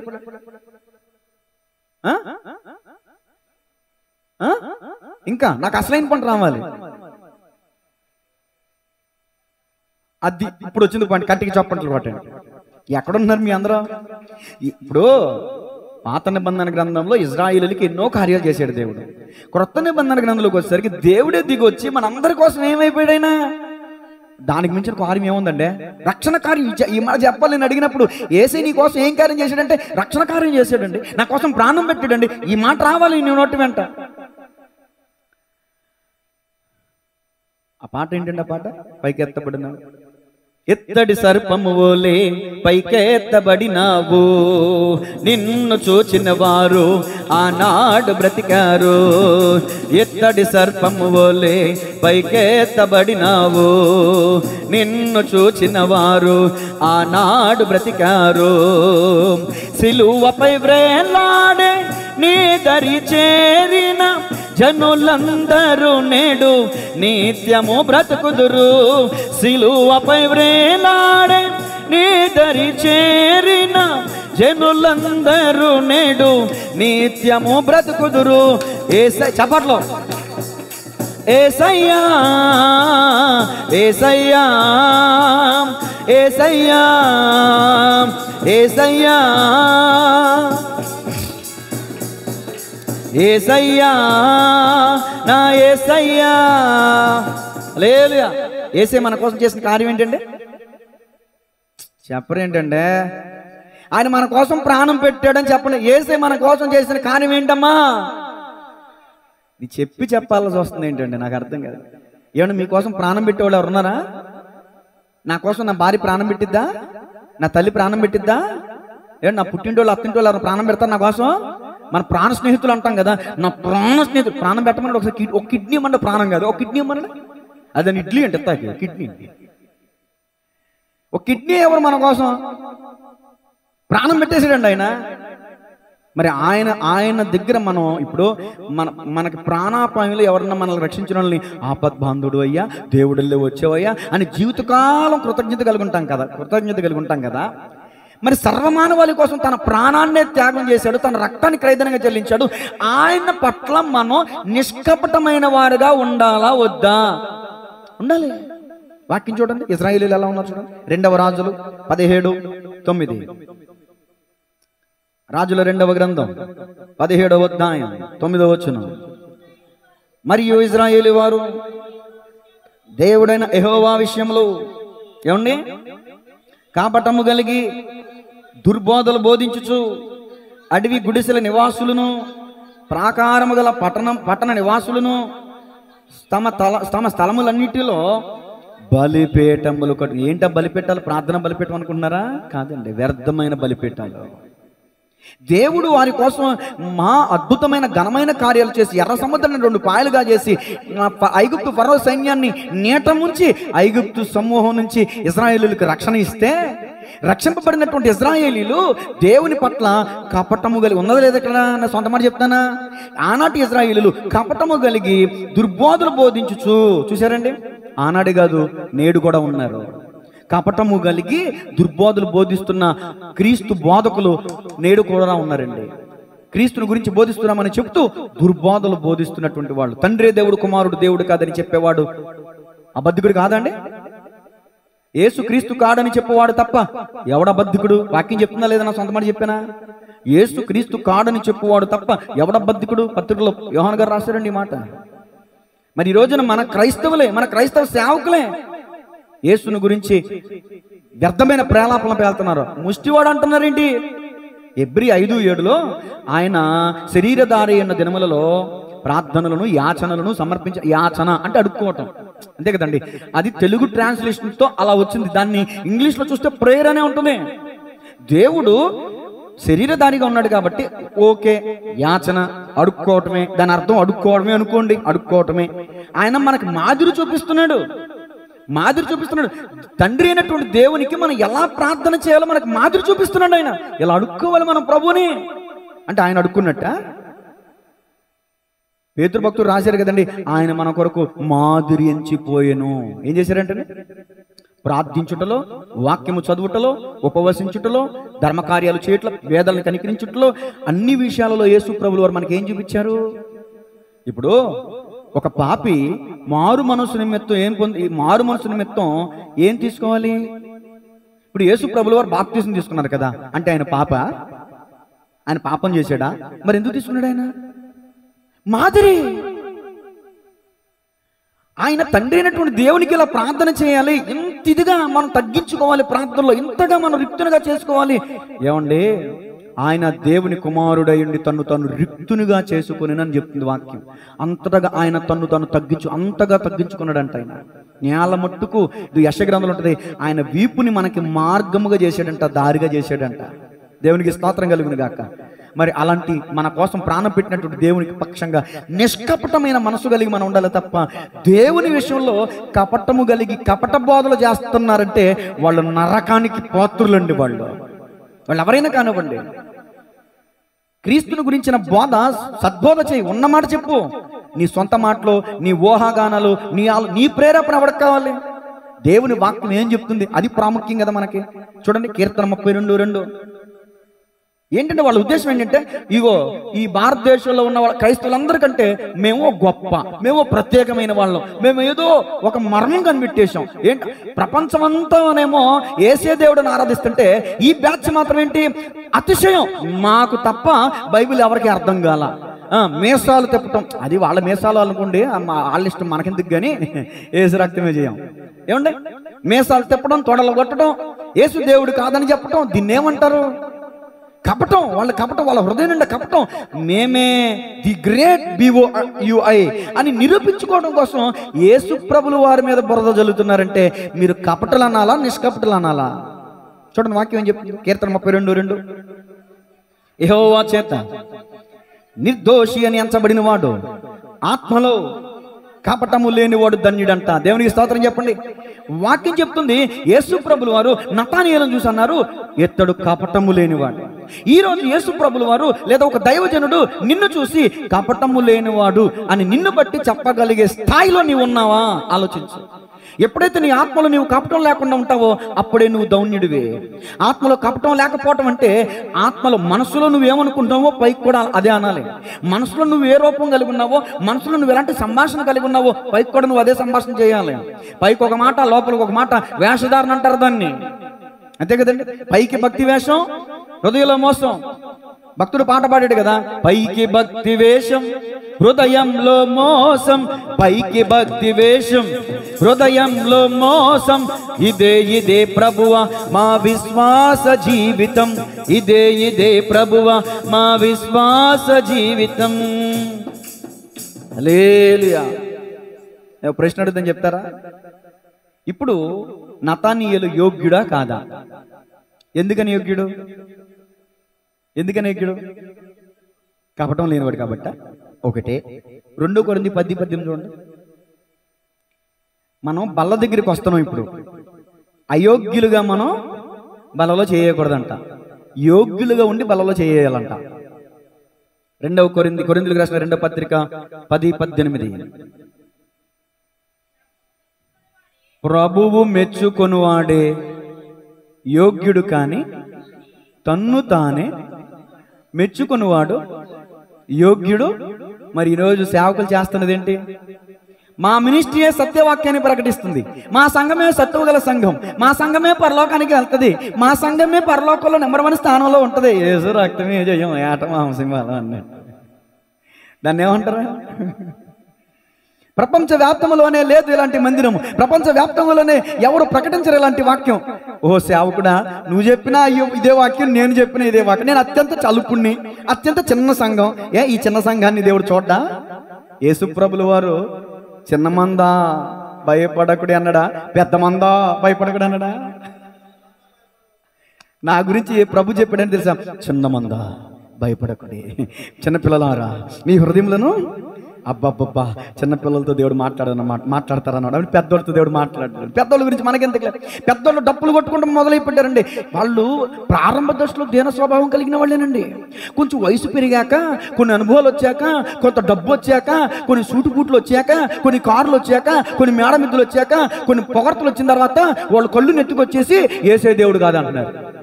ఒకప్పుడేమో యేసే దేవుడు అని ప్రకటించారు, ఇప్పుడు యేసే దేవుడు తిన్నింటి వాసాలు ఎక్కడం అంటే అదే కదండి. యేసయ్యను ఆరాధిస్తూ, యేసయ్యను గురించి యేసయ్య సేవ చేస్తూ, యేసయ్య కోసం బ్రతుకుతూ యేసయ్యనే కాలదన్నేస్తున్నారంటే అంతకంటే కృతజ్ఞతహీనత ఏముంటుందండి? తన్ను తాను మెచ్చుకునేవాడు యోగ్యుడు కాదంట. మరి ఎవరు యోగ్యుడంట? ఎవరైతే యేసు ప్రభు ఎవరినైతే మెచ్చుకుంటారో వారే యోగ్యులంట. ఇప్పుడు నన్ను నేను మెచ్చుకోవడానికి వీల్లేదండి. ఎందుకంటే నేను ఎప్పుడు ఒక మాట అనుకుంటాను తెలుసండి, అయ్యా నిలబడి వాక్యం చెప్పడానికి ఏమాత్రం నాకు అర్హత లేదయ్యా. ఇది నేను నోటి మాటతో చెప్పుకున్నాం కాదయ్యా. 10th క్లాసు, పీజీ చేయలేదు, డిగ్రీ చదవలేదు, ఇంటర్మీడియట్ చదవలేదు, ఇంటర్మీడియట్ ఫెయిల్. నాకు చెప్పుకోవడానికి యోగ్యత లేదయ్యా. నేను 10th క్లాసు, ట్రైనింగ్ లేదు. ఈ మధ్య ఒక చోట వాక్యం ప్రకటించి వచ్చిన తర్వాత అయ్యగారు క్షేమంగా ఇంటికి వెళ్ళిపోయారా అని అయ్యగారు ఫోన్ చేస్తే మాట్లాడాను, అయ్యా క్షేమంగా ఇంటికి వచ్చానయ్యా అని. మన పెడన వాసులు సామ్యులు గారు, అయ్యా మీరు ఎక్కడ ట్రైనింగ్ చేశారు అని అడుగుతున్నారు. నేను ఎక్కడ ట్రైనింగ్ చేయలేదయ్యా, నాకు ఎలాంటి యోగ్యత లేదయ్యా. ఏ యోగ్యత లేని నాకు దేవుడు కృపనిచ్చాడు, అదే నా యోగ్యత. గట్టిగా చెప్పలు కొట్టు దేనమ్మని మహింపరుద్దాం. నా యోగ్యత ఏంటంటే నా పట్ల అల్పుడునైనా, నా పట్ల విర్తుడునైనా, నా పట్ల దేవుడు దీర్ఘశాంతం చూపించి ఆయన కృపనిచ్చాడు. ఆయన కృపను పొందుకుంటమే యోగ్యత. ఏమని నేను అంటాను, నతానీయేలు దేవుని కృప పొందుకున్నాడు. నతానీయేలు దేవుని వాక్యం పట్ల ఆసక్తి కలిగి ఉన్నాడు. మనుషులు ఏది చెప్తే అది నమ్మేవాడు కాదు నతానీయేలు. ఇప్పుడు నేను మీకు చెప్తున్నాను, నేనేది చెప్తే అది నమ్మొద్దు. మీరు వాక్యాన్ని పరిశీలించండి అమ్మా, వాక్యాన్ని చదవండి అమ్మా. పౌలు గారు వాక్యం చెప్తేనే బెరయా సంఘస్థులు ఏం చేశారు తెలుసా? అనుదినము లేఖనములు అలాగున ఉన్నవో లేవో పరిశీలన మీరు ఇంటికి వెళ్ళాక ఏం చేయాలి తెలుసా? ఈ రెఫరెన్స్లన్నీ తీసి ఏమైనా పాస్టర్ గారు తేడా చెప్పాడేమో, తనగా మలుచుకునేలా చెప్పాడేమో, సొంత మాట చెప్పాడేమో, ఎవరన్నా క్రైస్తవులు విశ్వాసం దృష్టిలో పెట్టుకుని, సంఘ విశ్వాసం దృష్టిలో పెట్టుకుని కావాలని సబ్జెక్ట్ కాకపోయినా వాక్యం తీసి చెప్పాడేమో మీరు పరిశీలన చేయాలి. ఇంటికి వెళ్ళి చక్కగా చికెను మటన్ మొక్క తిని పప్పుడు గుణం కాదు. మీరు నిజముగా ఇజ్రాయేలీలు అయితే, మీరు నిజముగా క్రైస్తవులు అయితే మీరు ఇంటికి వెళ్ళిన తర్వాత ఏం చేయాలి? లేఖనంలో అలాగ ఉన్నవో లేవో పరిశీలన చేయాలి. ఇప్పుడు నేను మెచ్చుకున్నాను, చైతో రియల్ నువ్వు గ్రేట్ అయ్యా అంట. ఉప్పొంగిపోతాడు అయ్య గారు. ఏం చేస్తాను? ఉప్పొంగిపోతారా? నేను కూడా ఉప్పొంగిపోతా. కూరకి తాలింపంట, బట్టకి జాడింపంట, మనిషికి పోగడింపంట. నతానీయులు అలా ఉప్పొంగిపోలా, బాబోయ్ నన్ను కప్పటం లేనాడు అన్నట్టు. నన్ను నిజమైన భుజాలు ఎగరేసుకోలేదు అక్కడ నతానీయులు. ఏం చేశాడో తర్వాత చూపిస్తాం మీకు, తర్వాత వచనంలో వస్తుంది. యేసు ప్రభులు వారు మెచ్చుకున్న వెంటనే నతానీయులు మరలా ఇతనికి ప్రశ్నలు ఎక్కువ, సత్యాన్వేషికి ప్రశ్నలు ఎక్కువ వస్తాయి. దేవుని స్తోత్రం చెప్పండి గట్టిగా. నిజముగా బైబిల్ చదివే వారికి, శ్రద్ధగా బైబిల్ చదివే వారికి ప్రశ్నలు వస్తాయి. మీకు ఏ ప్రశ్నలు రావట్లేదంటే గుడ్డెద్దలు చేయలేవనేది అది వేస్తున్నారని అర్థం. అర్థమవుతుందా? ఫిలిప్కి నోరెత్తితే ప్రశ్న, నజరేతులో నుంచి మంచిది ఏదైనా రాగలదా? ఒక ప్రశ్న. నువ్వు కపడం లేనివాడు అంటే నన్ను ఎలాగూ చెప్పగలవు అని ప్రశ్న. ప్రతి మాట్లాడితే ప్రశ్నల వర్షం కురిపించేస్తాడండి నతానీయులు గారు. ఏమంటే దాని గురించి తర్వాత మాట్లాడతాం. ఇప్పుడు కపటం గురించి చెప్పాను. ఏమండి ఇప్పుడు నిజముగా ఇజ్రాయేలీయుడు, నిజముగా ఇజ్రాయేలీయుడు, ఈ మాట నాతో చెప్పండి. నిజముగా ఇజ్రాయేలీయుడు. ఇప్పుడు మనం ఎలా ఉండాలంటే నిజమైన క్రైస్తవులుగా ఉండాలి. ఆనాటి యూదులు ఎలా ఉన్నారు చూడండి. రోమాపత్రిక 2వ అధ్యాయం 28వ వచనం. రోమాపత్రిక 2వ అధ్యాయం 28వ వచనం. బాహ్యమునకు యూదుడైన వాడు యూదుడు కాడు, శరీరమందు బాహ్యమైన సున్నతి కాదు, అయితే అంతరంగమందు యూదుడైన వాడే యూదుడు, మరియు సున్నతి హృదయ సంబంధమైనదే కానీ అక్షరము వలన కలిగినది కాదు. అట్టి వానికి మెప్పు మనుషుల వలన కలగదు. కానీ ఇప్పుడు యేసు ప్రభువే మెచ్చుకుంటున్నాడు నతానీయుల్ని. ఎందుకని? ఇతడు బాహ్యమునకు యూదుడైన వాడు మాత్రమే కాదు, అంతరంగ ముందు కూడా యూదుడు. గట్టిగా చప్పట్లు కొడుతుంది అని మహిమపడతా. మనలో చాలా మంది బాహ్యమునకే తెల్ల బట్టలు వేసుకుని క్రైస్తవులుగా కనబడతామే, కానీ అంతరంగము చూస్తే తెల్లతనము లేదా. పైకి తెల్ల వస్త్రాలే కానీ హృదయం అంతా నలుపు. కానీ నతానీయులు అలా కాదు, పైకి యూదుడే. నిజంగా వాస్తవానికి నతానీయులు ఎవరంటే యూదుడండి. పైకి యూదుడే, లోపల కూడా యూదుడే. అందుకనే యేసుప్రభు అన్నాడు ఇతడు నిజముగా. యూదుల్లో చాలా మంది పైకి ఒకలాగా లోపల ఒకలాగా యాక్టర్స్ ఎక్కువైపోయారు. భక్తి జీవితంలో కూడా వేషధారులు ఎక్కువైపోయారు. చూడండి మత్తయి శుభవార్త 3వ అధ్యాయం 7వ వచనం. అలాంటి వాళ్ళతో యోహాను గారు ఏమన్నారు చూడండి. అతడు పరిసయ్యులలోను సద్దుకయ్యులలోను సర్ప సంతానమా తప్పించుకొనుటకు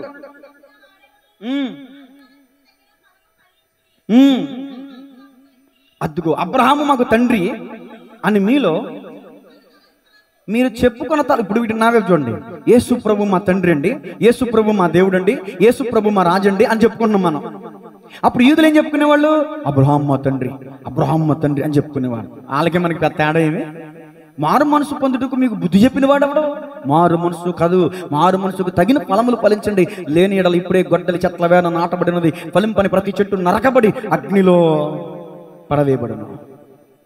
అంటే గమనించాలి, ఆనాటి యూదులు ఎలా ఉన్నారు, మనం ఈనాటి క్రైస్తవులు కూడా పైకి క్రైస్తవులుగానే ఉన్నారు. కానీ నిజమైన క్రైస్తవ తత్వం, ప్రేమతత్వం, ప్రేమ లేని క్రైస్తవులుగా మనం తగలడ్డాం. సరేనండి, ఈ 2 మాట వేషధారణ ముగిస్తున్నాను. 3వ మాట చూడండి, వేషధారణ. మత్తయి శుభవార్త 23:1-4 వచ్చిన మత్తయి శుభవార్త 23.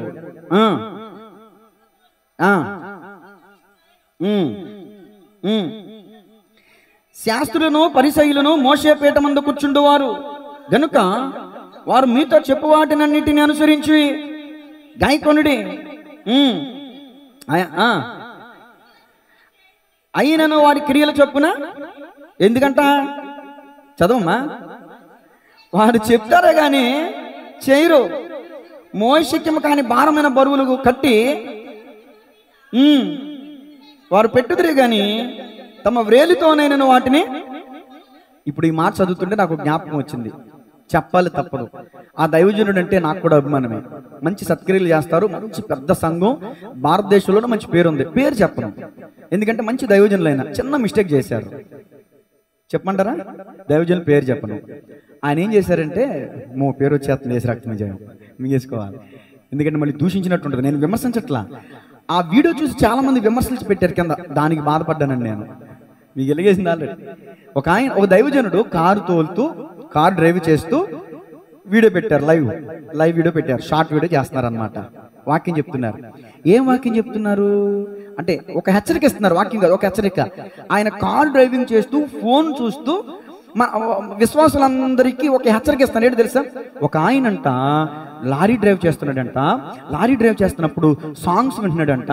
ఆ సాంగ్స్ వైపు చూస్తూ, ఆ ఎఫ్ఎం ఏదో ఉంటుంది కదా, దాని వైపు చూస్తూ ఎదురుగా వస్తున్న కారుని ఢీకొంటే ఆ కారులో ఉన్న తల్లి బిడ్డ చనిపోయారంట.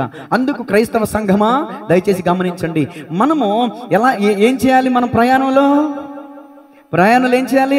ఏదైనా మనం వినాలనుకున్నప్పుడు, ఏదైనా మనం వ్యక్తిగతంగా సందర్భం చేయాలనుకున్నప్పుడు మన వాహనాన్ని పక్కన పెట్టి మన పని మనం చేసుకోవాలి. అలా ఆ లారీ డ్రైవర్ అలా సాంగ్స్ వింటూ ఆ డ్రైవ్ చేయడం వల్ల ఓ తల్లి బిడ్డ చనిపోయారు. ఈరోజు నువ్వు అలా ఉన్నావా అని ప్రశ్నిస్తున్నాడు ఆ దైవజనుడు. కానీ ఆయన ఏం చేస్తున్నాడు? అసలు ఆ వీడియోనే కార్ డ్రైవ్ చేస్తున్నాడు. కింద కామెంట్స్ ఏమొచ్చింది తెలుసా? ఓ పాస్టర్, ముందు నువ్వు కారు పక్కెట్టి వీడియో చేయి. మరి నిజమే కదా అన్నారంటే ఎందుకు అనరండి? మన తప్పు ఉంటేనే కదా అంటారు. ఆయన మళ్ళీ ప్రముఖ దైవజనులు, ఆయన అంటే నాకు గౌరవం ఉంది, అభిమానం ఉంది. నేను అంటాను, చెప్పుతుమే కానీ చెయ్యరు వాళ్ళు వేషధారులను వాక్యం చెప్తుంది. ఆనాటి శాస్త్రులు పరిసయ్యులు అంటండి చెప్పేవారు కానీ చేసేవాళ్ళు కదా. కష్టపడితేనే పైకొత్తామని చెప్తారంట, మంచి వాక్యం చెప్తారంట, బ్రహ్మాండమైన వాక్యం చెప్తారంట. వీళ్ళు మాత్రం సామరిపోతులంట, వీళ్ళు మాత్రం పనిచేయరంట. మోయశక్యము కాని బరువులు కట్టి ఇతరుల మీద మోపుతారు కానీ వీళ్ళు చిటికిన వేలుతో కూడా బరువు, అంటే చిటికిన వేలుతో కూడా ఇదిగో ఈ బరువును కూడా మోయరంట.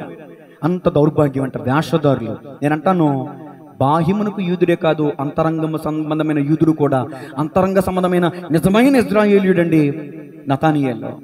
అలాంటి వేషధారి కాదండి నతానియేలు. అందుకే నీ మాటలని చెప్తున్నాను. ఈ శాస్త్రులు పరిశీలన ఏం చేస్తారో చూడండి. మత్తయి సువార్త 23:13-14. అయ్యో పరిసయ్యులారా, మీరు మనుషులు ఎదుట పరలోక రాజ్యమును మోయుదురు, మీరందరిలో ప్రవేశింపు వారిని అమ్మ పెట్టదో అడుగు తినదు. వీళ్ళు పరలోకానికి వెళ్ళరు, వెళ్ళే వాళ్ళని వెళ్ళనివ్వరు. నువ్వు యేసు దేవుడు కాదన్నావు, కొన్ని నువ్వు బోధించుకో, నీ సంఘానికి బోధించుకో. నువ్వు లైవ్లు పెట్టి ఎంతమందిని దేవుడిని ఆరాధించే వాళ్ళని కూడా వెనక్కి తీసేసి నువ్వు పాల్గొనక క్రీస్తునందు విశ్వాసం ఉంచిన వారిని కూడా, ఏర్పరచబడిన వారిని కూడా మోసం చేస్తున్నావు నువ్వు, యేసు దేవుడు కాదని చెప్పి. అర్థమైందండి? వీళ్ళు వెళ్ళే వాళ్ళని వెళ్ళనివ్వరు, తినే వాళ్ళని తినేవారు, బతికే వాళ్ళని బతకనేవారు. యేసు రక్తమే జయం. దేవునికి స్తోత్రం చెప్పండి. ఇక్కడ ఇంకా వీళ్ళ చిత్రమైన పనులు ఏంటో చూడండి. 23:24 మత్తయి 23:23. శాస్త్రులారా, పరిసయ్యులారా, మీరు పుదీనాలోను సోపులోను జీలకర్ర కూడానా? అమ్మాయి పాశ్రం గారు ఎప్పుడన్నా వచ్చినాయి మనకే? పెళ్ళి అయ్యాక ఎప్పుడన్నా జీలకర్ర వచ్చిందా మనకే? ఓ పప్పు దినుసు అన్న, ఓ గుమ్మడికాయ అన్న, గుమ్మడికాయలు ఎత్తాలి, గుమ్మడికాయలు ఆనపకాయలు వస్తాయి మనకి. ఏసు రక్తం చదువమ్మా. ధర్మశాస్త్రములు ప్రధానమైన విషయములను అనగా న్యాయమును, కనికరమును, విశ్వాసమును విడిచిపెట్టి వాటిని మానక వీటిని చేయవలసి ఉండెను. అందులైన మార్గదర్శకులారా, దోమ లేకున్నట్లు వడిగట్టి వంటని మృంగువారు మీరే. ఇప్పుడు మీ అందరికి ఒక డౌట్ రావచ్చు. చెప్పే ప్రసంగం అపోస్తలుల చరిత్ర, యోహాను సువార్త 1:47. నతనయేలు గురించి చెప్పకుండా వేషధారుల గురించి చెప్తారేంటి మీరు అని మీకు డౌట్ రావచ్చు. ఏమంటే అన్నం అంతా పడి చూడక్కర్లేదు, ఒక గింజ పడితే అంటారు కదా, అక్కడ ఒక మెతుకే ఇవ్వబడింది. నేను అన్నం అంతా చెప్తున్నా, అన్నం గురించి అంతా చెప్తున్నా. నిజముగా ఇశ్రాయేలుడు అంటే నతనయేలు వేషధారి కాదు అనే సంగతి చెప్తున్నాను. ఇప్పుడు నేను వేషధారి కాదు కాబట్టే నిజముగా ఇశ్రాయేలీయుడు అనే సాక్ష్యం పొందాడు. ఈ మాటలన్నీ ఎందుకు చెప్తున్నానంటే, నువ్వు వేషధారుల వల్ల ఉండొద్దు. వేషధారుల వల్ల ఉంటే ప్రభు నిన్ను మెచ్చుకోవడం చెప్తున్నాను ఈ వాక్యం అంతా. అర్థమవుతుందండి? వాటిని మానక వీటిని చేయండి అంటే నువ్వు దశంభాగం ఇవ్వటం మానొద్దు, కానీ ఏం చేయాలి? వాటితో పాటు కనికరమును, విశ్వాసమును, ప్రేమను కూడా కలిగి జీవించాలి. తర్వాత ఇంకో మాట ఉంది, ఏంటిది? అందులైన మార్గదర్శకులారా, దోమ లేకున్నట్లు ఒడిగట్టి ఒంటెను మృంగువారు మీరే. ఇప్పుడు అందులైన మార్గదర్శకులారా, దీన్ని విడదీయండి ఒకసారి. అందులంటే ఎవరు? గుడ్డోళ్ళు. మార్గదర్శకులు అంటే ఎవరు? అబ్బా, మీకు నేను ఎక్స్ప్లెయిన్ చేయక్కర్లా. అబ్బా, అద్భుతమైన సంఘం అండి. దేవునికి మహిమ కలుగును గాక. మీరు నాకు బోధ చేసే వాళ్ళలో ఉన్నారండి. గుడ్డోళ్ళు మార్గాన్ని చూపిస్తారు ఎక్కడన్నా? మరి గుడ్డోడు మార్గం చూపిస్తే ఆ గుడ్డోడు ఇద్దరు కలిసి ఎక్కడ పడతారా? ఇప్పుడు మనం మంచోళ్ళు, మన కళ్ళు ఉన్నాయి, కళ్ళు లేనివాడికి మార్గం చూపిస్తాం, ఒరే బాబా ఇటు రారా అని. ఇప్పుడు మార్గం చూపించేవాడు గుడ్డోడే, నడిచేవాడు గుడ్డోడే. ఇప్పుడు గుడ్డోడు ఇద్దరు ఎక్కడ పడతారు? కొన్ని మినిస్ట్రీలు బోధించే మాటలు అంటే మనం కూడా గోతులో పడతాం, నరకలో పడతాం. అందులైన మార్గదర్శకుల్ని వెంబడించమాకండమ్మా, నా యేసయ్యను వెంబడించండి. యేసయ్య నిన్ను వెన్నంటగానే,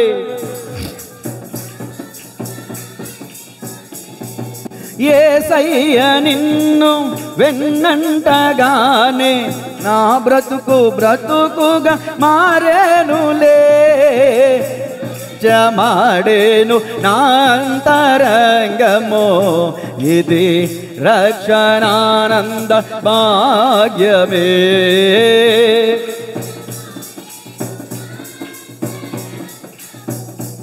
ఇది రక్షణానంద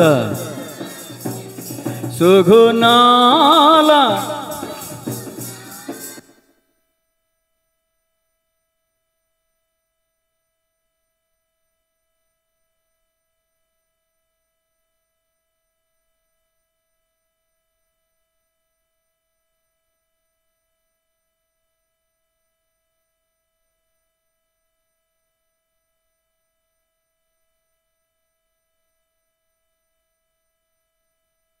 స్తోత్రం చెప్పండి గట్టిగా. అందులైన మార్గదర్శకులు ఏం చేస్తారంటేనంటండి, దోమ లేకుండా ఒడిగడతారంట ఇతరుల విషయంలో. దోమ అంటే చిన్నదే కదా, పెద్దదా? దోమ అంటే చిన్నది, అంటే దోమ చిన్నగా ఉంటుంది. ఒంటె అంటే పెద్దది. మీరు ధర్మశాస్త్రం చూసుకోండి, దోమన్నా ఒంటెన్నా పరిశుద్ధ గ్రంథం ప్రకారం అపవిత్రమైన జంతువులు. దోమ లేకున్నట్లు ఒడిగట్టి అంటే దాని అర్థం ఏంటంటే, ఈ శాస్త్రులు, పరిచయులు, ఈ వేషధారులు ఏం చేస్తారంటే, ఎదుటి వాళ్ళు చిన్న తప్పులు చేస్తారనుకో, చిన్న తప్పులు చేస్తున్నారు. నువ్వు క్రైస్తవులేనా, నువ్వు దేవుని నమ్ముకున్నావు, అసలు ఎన్ని భక్తి ఎన్ని వేషం అంటారు పైకి, కానీ వీళ్ళు మాత్రం రహస్యంగా ఒంటిని మింగేస్తారంట. అంటే పెద్ద పాపాలు చీకట్లో చేసేసి, రాత్రంతా పాపలు బతికేసి, పొద్దున్నే తలార స్నానం చేసేసి, అక్కడ పాత్రలు ఎట్టేసి, కాళ్ళు చేతులు ముఖం కడిగేసుకుని ఇక్కడికి వచ్చి నా వంటి పరిశుద్ధుడు మరొకడు. తప్పులెంచువారు తండోపదండంబు ఉరివి జనులకెల్లా ఉండు తప్పులెంచువారు తమ తప్పులు. వీళ్ళు అందులైన మార్గదర్శకులు. గుడ్డోళ్ళు అయ్యండి, గుడ్డోళ్ళకి దారి చూపుతారంటండి. వీళ్ళు చేసే పని ఏంటంటే, ఎదుటి వాళ్ళు చిన్న తప్పులు నీళ్ళు చూపిస్తారంట, కానీ రహస్యంగా పెద్ద పాపాలు. పాపంలో ఉన్నవాడే యేసు ప్రభు దేవుడు కాదంటాడు. యేసు ప్రభు దేవుడు కాదనేవాడు ప్రతి ఒక్కడు పాపే, వాళ్ళు ఎవరైనా కానివ్వండి. యేసు దేవుడా కాదా? యేసే దేవుడు, ఆయనలో ఒక రక్షకుడు. చూడండి, ఇంకా వీళ్ళు చేసే పని ఏంటో చూడండి. 25-26 చూద్దామా. 25-26 మూసేశారు బైబిల్లో. 24 పేజీ. అయ్యో వేషధారులైన శాస్త్రులారా, పరిసయ్యులారా. మత్తయి 23-25. గిన్నెయో అంటే చెల్లి అర్థం ఏంటమ్మా గిన్నె అంటే? చదివే నువ్వు చెప్పు, అంతేనంటారా? ఇంట్లో అబ్బా ఇప్పుడు కొట్టండి తిమ్మతి గారికి చేపట్లో. చూసావా, మీ నాన్నగారిని ఎంత తక్కువ అంచనా చేస్తారు మీరు. ఇప్పుడు చూసారా, మీకన్నా ఒక మెట్టు పైన ఉన్నాడు ఆయన. గిన్నె అంటే ఏంటి? హృదయం. చదవమ్మా. వెలుపట శుద్ధి చేయుదురు గాని అవి లోపల దోపుతోనూ అజితేంద్రియత్వముతోనూ నిండి ఉన్నది. గురిటి పరిసయుడా, గిన్నెయు పల్లెమును వెలుపల శుద్ధి అగినట్టుగా ముందు వాటి లోపల శుద్ధి చేయి. లైబా ఎక్కడ ఉందో దేవునికి స్తోత్రం. ఓ రుద్ది సబ్బు సగం వరకు తీసేస్తారు. ఒరే నువ్వు పైన తర్వాత ఉతురు కనరా, ఎంతతో ఎలకతోక ఏడాది ఉతికినది ఎలకతోక తెలుపు రాదంట. అందుకనే నేను మానేసి ఆ దేవునికి స్తోత్రం కలుగును కాక. కానీ మనం వెలుపల శుద్ధి ఆగినట్టుగా చేస్తున్నావు, కానీ హృదయం కొంపు కొడుతుందంట. హృదయము ఘోరమైన వ్యాధి గలది, మోసకరమైనది, దానిని గ్రహింపగలిగిన వాడెవడు? నతానియేలు వేషధారి కాదు, నతానియేలు గుడ్డివాడు కాదు, నతానియేలు వెలుపల శుద్ధి అగిన వాడు, అలాగే హృదయం లోపల కూడా, హృదయం లోపల శుద్ధి, హృదయం వెలుపల శుద్ధి. అందుకనే నతానియేలును చూసి యేసు ప్రభువు వారు అన్నారు, ఇతడు నిజముగా ఇశ్రాయేలీయుడు. గట్టిగా చప్పట్లు కొడుతూ. ఎప్పుడైతే నీ హృదయాన్ని శుద్ధి చేసుకుంటావో అప్పుడే నువ్వు నిజమైన ఇశ్రాయేలీయుడివి, అంటే నిజమైన క్రైస్తవుడివి. నీ హృదయంలో కపటం, వేషం, వ్యభిచార తాళంపులు, వ్యభిచార ఆలోచనలు, వ్యభిచార మనస్సు, వ్యభిచారిని చూచి పాపము మానలేని కన్నులు గలవాడా అన్నాడు అపొస్తలుడైన పౌలు. ఈరోజు నీ హృదయంలో పాపం పెట్టుకుని నువ్వు ప్రభువును వెంబడిస్తున్నానంటే నువ్వు గుడ్డోడివి. నువ్వు బాహ్యమునికే యూదుడివి కానీ నిజముగా నీవు యూదుడువు, బాహ్యమునికే ఇశ్రాయేలీయుడువు కానీ నువ్వు అంతరంగము ఇశ్రాయేలీయుడువు. కానీ నతానియేలు నిజముగా ఇశ్రాయేలు. అసలు యేసు ప్రభు దగ్గరికి రాకముందే మంచి సాక్ష్యం పొందుకున్నాడు నతానియేలు. వచ్చిన వాళ్ళందరూ ఏదో ఒక బలహీనత కలిగి ఉన్నారు. కానీ నేను అంటాను, నతానియేలుని ప్రభువే మెచ్చుకున్నాడు. ఇతనిలో కపటం లేదు, ఇతడు నిజముగా ఇశ్రాయేలీయుడు. సరే, ఈ మాట ముగిస్తున్నాను. ఆఖరి మాట చెప్తున్నాను. ఆఖరి మాట, యథార్థత కలిగిన వాడు. యథార్థవంతులే ఆయనకి ఇష్టలైన మనుషులకు భూమి మీద సమాధానం కలుగున సమాధానపరచువారు ధన్యులు. ఈ రిఫరెన్స్లన్నీ చదివితే బోల్ టైం అయిపోతుంది. ఈ లాజిక్ ఎక్కడికి తీసుకొచ్చాను నేను? ఆయనకి ఇష్టలైన మనుషులకు భూమి మీద ఏం కలిగిద్ది? సమాధానపరచువారు ధన్యులు, వారు దేవుని కుమారులను పడతారు, దేవుని చూస్తారు. హృదయ శుద్ధి గలవారు ధన్యులు, వారు. ఇప్పుడు యేసు ప్రభువులు అని చూడడానికి గల కారణం ఏంటి తెలుసా? హృదయ శుద్ధి కలిగిన వాడు నతానీయులు. రాసుకోండి. 3వ మాట ముగించే 4వ మాట రాసుకోండి. త్వరత మేటలను చిన్న చిన్నగా ఉంటే ముగింపులో అవుట్లైన్స్ మాత్రం ఇస్తాను. 4వ మాట రాసుకోండి. యేసయ్యను ప్రశ్నించిన నతానీయులు. యేసయ్యను ప్రశ్నించిన నతానీయులు. ఎవరన్నా ఏదైనా మనల్ని పొగిడినప్పుడు ఆ పొగడ్తకి సరైనటువంటి స్థితి మనలో ఉందా లేదా అని చూసుకోవాలి. నిజంగా పొగుడుతున్నాడా, ఊరినే పొగుడుతున్నాడా? ఇప్పుడు నేను అక్కడికి వెళ్ళి అంటారు, వాక్యం బాగా చెప్తున్నారు ఎగర అంటారు. ఊరు నన్ను మలక్షీట్ ఎక్కతాకి చెప్తున్నారా, నిజంగా చెప్తున్నా, నేను ఆలోచించాలిగా. కానీ కొంతమంది పొగిడినా కూడా నేను ఇంటికి వచ్చి పరిశీలన చేసుకుంటా. నేను న్యాయం చేశానా లేదా, సరిగ్గా మాట్లాడానా లేదా, ఎక్కడన్నా మిస్టేక్ చేశానా, ఎక్కడన్నా పొరపాటు చేశానా. మళ్ళీ అక్కడెక్కడో కాదండి, ఆదివారం ప్రకటించిన వాక్యం కూడా మళ్ళీ మొత్తం వింటాను నేను, ఎక్కడైనా ఏదైనా మిస్టేక్ చేశానేమో. నతానీయులను చూసి ప్రభు అన్నాడు, ఇతడు కపటము లేనివాడు, నిజముగా ఇశ్రాయేలీయుడు. అప్పుడు నతానీయులు ప్రభువుని చూసి అంటున్నాడు. ఇప్పుడు చదవండి 48వ వచనం. నన్ను నీవు ఎలాగూ ఎరుగుదువని నతానీయులు ఆయనను అడుగుగా. ఇప్పుడు చెప్పండి, యేసు ప్రభు మనల్ని ఎలా ఎరిగి ఉన్నాడు వాడు? చెప్పండి.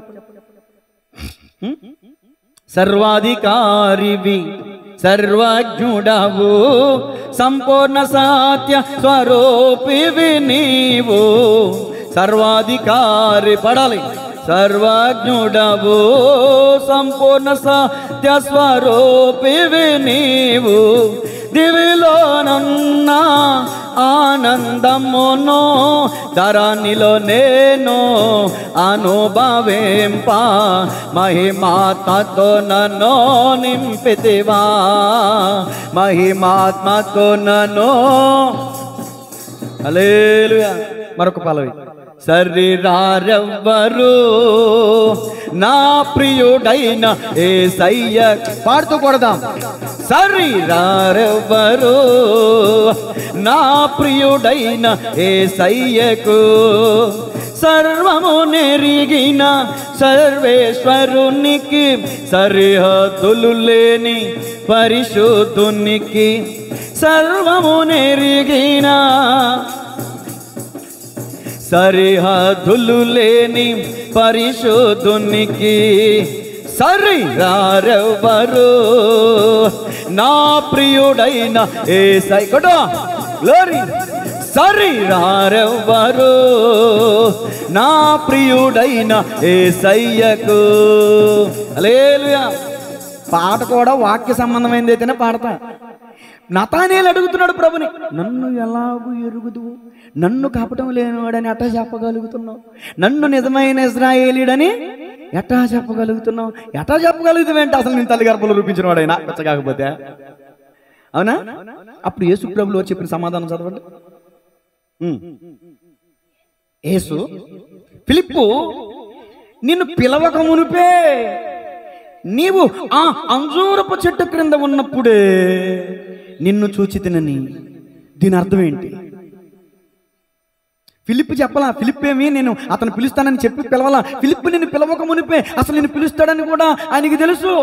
ఫిలిప్ ఏమి చెప్పి వెళ్ళలేదు యేసయ్యకి. ఫిలిప్పు ఇదిగో అంతేకాదు, యేసయ్యకి దగ్గరలో కూడా చెట్టు లేదు, చాలా దూర ప్రాంతంలో ఉందండి ఆ సన్నివేశం. ఫిలిప్ వెళ్ళి ఎక్కడో చెట్టు కింద కూర్చున్న నతానీయులు తీసుకొస్తే, నతానీయులు వస్తుంటే ఇలా చెప్పాడు కదా, యేసు ప్రభు నతానీయులు అడిగినట్టుకు, ఓ నతానీయులు, నువ్వు చెట్టు కింద, అంజూరపు చెట్టు కింద ఉన్నప్పుడే నేను అంటే దాని అర్థం ఏంటి? ఫిలిప్పు నిన్ను పిలవక మునిపే, ఫిలిప్పుకి నిన్ను అసలు పిలవాలనే ఉద్దేశం లేక మునిపే, నిన్ను పిలవాలనుకోక మునిపే, ఫిలిప్పు నన్ను ఎరుగొక మునిపే, నన్ను కనుగొక మునిపే నేను నిన్ను ఎరిగి ఉన్నానయ్యా. అంజూరపు చెట్టు కింద అంటే దాని అర్థం ఏంటంటే, ఇప్పుడు మీలో చాలా మంది మీ ఇంట్లో కరివేపాకు, కనకాంబరం, లేకపోతే మల్లెపూలు, లేకపోతే రోజా పూలు పెట్టుకుంటారు కదా మీరు. ఆనాడు ఇశ్రాయేలీయులు, యూదులు ఏం చేసేవాళ్ళంటే అంజూరపు చెట్టుని పెంచుకునేవాళ్ళు. అవి 15 అడుగులు ఎత్తు, 20 అడుగులు వెడల్పు వ్యాపించి, విస్తీర్ణమైన కొమ్మలతో వ్యాపించి మంచి నీడనిస్తుంది. అంజూరపు చెట్టు క్రింద చల్లదనం ఉంటుంది. అంజూరపు చెట్టు క్రింద ఎవరు కూర్చుంటారంటే, నెంబర్ 1 ధర్మశాస్త్రాన్ని చక్కగా పరిశీలించేవారు, చదువుకునేవారు, ఆసక్తి కలిగిన వారు, శ్రద్ధ కలిగిన వారు ఆ అంజూరపు చెట్టు కిందకు వచ్చి కూర్చుని చదువుకుంటారు. ఇప్పుడు దీనిలో ఒక అర్థం ఏంటంటే, నతానీయులు, ఫిలిప్పు రాకమునిపే నువ్వు ధర్మశాస్త్రాన్ని, అంజూరపు చెట్టు కింద కూర్చుని నువ్వు వాక్యాన్ని చదువుతున్నావు కదా, ధర్మశాస్త్రాన్ని చదువుతున్నావు కదా, అప్పుడే నేను నిన్ను ఎరిగి ఉన్నా. ఇంకా దీనిలో ఉన్న లోతైన మాట ఏంటి చెప్పమంటారా? అంజూరపు చెట్టు కింద ఎవరు కూర్చుంటారో తెలుసా? ప్రెగ్నెంట్ లేడీస్, అంటే గర్భిణీ స్త్రీలు కూర్చుంటారు. ఎందుకు తెలుసా? అంజూరపు చెట్టు యొక్క నీడ మంచిదని, ఆ చెట్టు కింద చల్లదనంగా ఉంటుందని, ఆ చెట్టు యొక్క అది ఒక ఆరోగ్యకరమైన చెట్టు అని, అది పుట్టబోయే బిడ్డకు కూడా మంచిదని గర్భిణీ స్త్రీలు ఆ అంజూరపు చెట్టు కిందకి వెళ్ళి రిలాక్స్ అవుతారు. ఇప్పుడు మనం కూడా ఏమండి, మేకావారి రైలు చెట్టు ఉంది ఇక్కడ మనకి, నిద్రగన్నేరు చెట్టు, దాని కింద కూర్చొని మంచి నిద్ర వస్తుంది ఏమండి. అప్పుడు ఆ వాడికట్టు వాళ్ళు కూడా ఆ వాడికట్టులో ఉన్న చెట్టు దగ్గరికి సేద తీరుతాం. మనకు కూడా సహజమే. వేసవికాలం వచ్చిందంటే మనం అందరూ ఏం చేస్తాం? ఏసీలో ఉన్న వాళ్ళు లోపల ఉంటారు లేదు, మన ఏసీలో ఏం చేస్తారు? ఆ చెట్లు ఇక్కడ సేద తీరుతారు కదా. అలా గర్భిణీ స్త్రీలు ఆ చెట్ల కిందకి వెళ్ళి సేద తీరుతూ ఉంటారంట. ఇప్పుడు అంజూరపు చెట్టు కింద ఉన్నప్పుడే చూచానంటే దాని అర్థం ఏంటి తెలుసా? నువ్వు పొట్టక ముందే నీ తల్లి గొడవలు ఉన్నప్పుడే నాకు తెలుసాయా అన్నాడు. గట్టిగా సఫలు కొడదా. ఆకాశముకెక్కిపోయినా అక్కడను నీవున్నావు, నేను పాతాళంలో పండుకొనినా అక్కడను నీవున్నావు. తల్లివి నీవే, నా తండ్రివి నీవే, నా నీడా నీవే. తల్లివి నీవే, నా తండ్రివి నీవే, తోడు నీడే. పలం మర్చిపోయింది కూడా. నీలాంటి దైవము లేదు నా యేసయ్యా. పాడాలి పల్లవి. నిన్ను పోలి ఎవరు లేరు నా యేసయ్యా, నీలాంటి నా యేసయ్యా, నీలాంటి దైవము. సర్వము ఎరిగిన, సర్వము నెరిగిన అని పాట ఎందుకు పాడాను ఇప్పుడు తెలిసిందా? సర్వం నెరిగిన వాడైన, సర్వేశ్వరుడైన, సర్వాంతర్యామి, సర్వలోక జగద్రక్షుడు, సర్వజ్ఞుడవు. ఎందుకు పాడాను? సర్వము తెలిసిన వాడైన, ఆయన జ్ఞానము చేత ఆకాశ విశాలాన్ని చేసిన వాడైన, నోటి మాటతో సర్వ సృష్టిని కలగజేసిన వాడైన, తన చేతులతో మనల్ని తల్లి గర్భంలో రూపించిన వాడైన ఆయన పట్టుకుని నీకు ఎలా తెలుసు? ఇది భ్రమ, పిచ్చితనం, ఒక అమాయకత్వం. అంటే అమాయకత్వాన్ని కొట్టేద్దండోయ్. నతానీయులలో ఉన్న సత్యాన్వేషి అతను ఏదైనా సరే ఎవరేది చెప్తే అది నమ్మేవాడు కాదు. చెప్పాను కదా ఇంతకుముందు, జ్ఞానము లేనివాడు ప్రతి మాట అతనుగా తేరి చూచి, అతనుగా పరిశీలించి, అడిగి ప్రశ్నలు అడిగి సమాధానం పొందుకున్న తర్వాత అప్పుడు తన అభిప్రాయాన్ని బయట పెట్టేవాడు నతానీయులు. మీరందరూ కూడా నతానీయుల్లా సత్యాన్వేషిగా ఉండాలనేదే దేవుని చిత్తం. మీ అందరూ కూడా నతానీయుల్లా కపటం లేని వారుగా, నిజమైన ఇశ్రాయేలీయులుగా, నిజమైన క్రైస్తవులుగా ఉండాలనేదే దేవుని అభిప్రాయం. అలా మీరున్నప్పుడు మిమ్మల్ని చూసి ప్రభు అంటాడు, ప్రభు మెచ్చుకుంటాడు, ఇతను నిజముగా కపటం లేనివాడు, నిజముగా ఇశ్రాయేలీయుడు, ప్రభు మెచ్చుకున్నవాడే యోగ్యుడు. ఇప్పుడు మనం యోగ్యులే పొలలో చేతులేయాలి. దేవుని స్తోత్రం చెప్పండి. ముగింపులోకి వచ్చేస్తున్నాను. ఇర్మియా గ్రంథం 23:24 చదవండి. 4వ మాట. యోహానును యేసయ్యను ప్రశ్నించిన నతానీయేలు. ఇర్మియా గ్రంథం 23:24. యెహోవా సెలవిచ్చిన మాట ఏదనగా, నాకు కనబడకుండా రహస్య స్థలములలో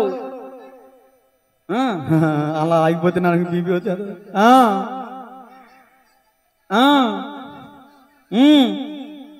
ఇదే యెహోవా వాక్కు.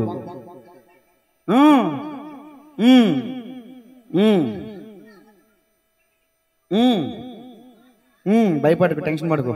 మళ్ళీ నీ వెనక నా వెనకాల వచ్చేస్తున్నారు చాలా మంది వేసి రకం.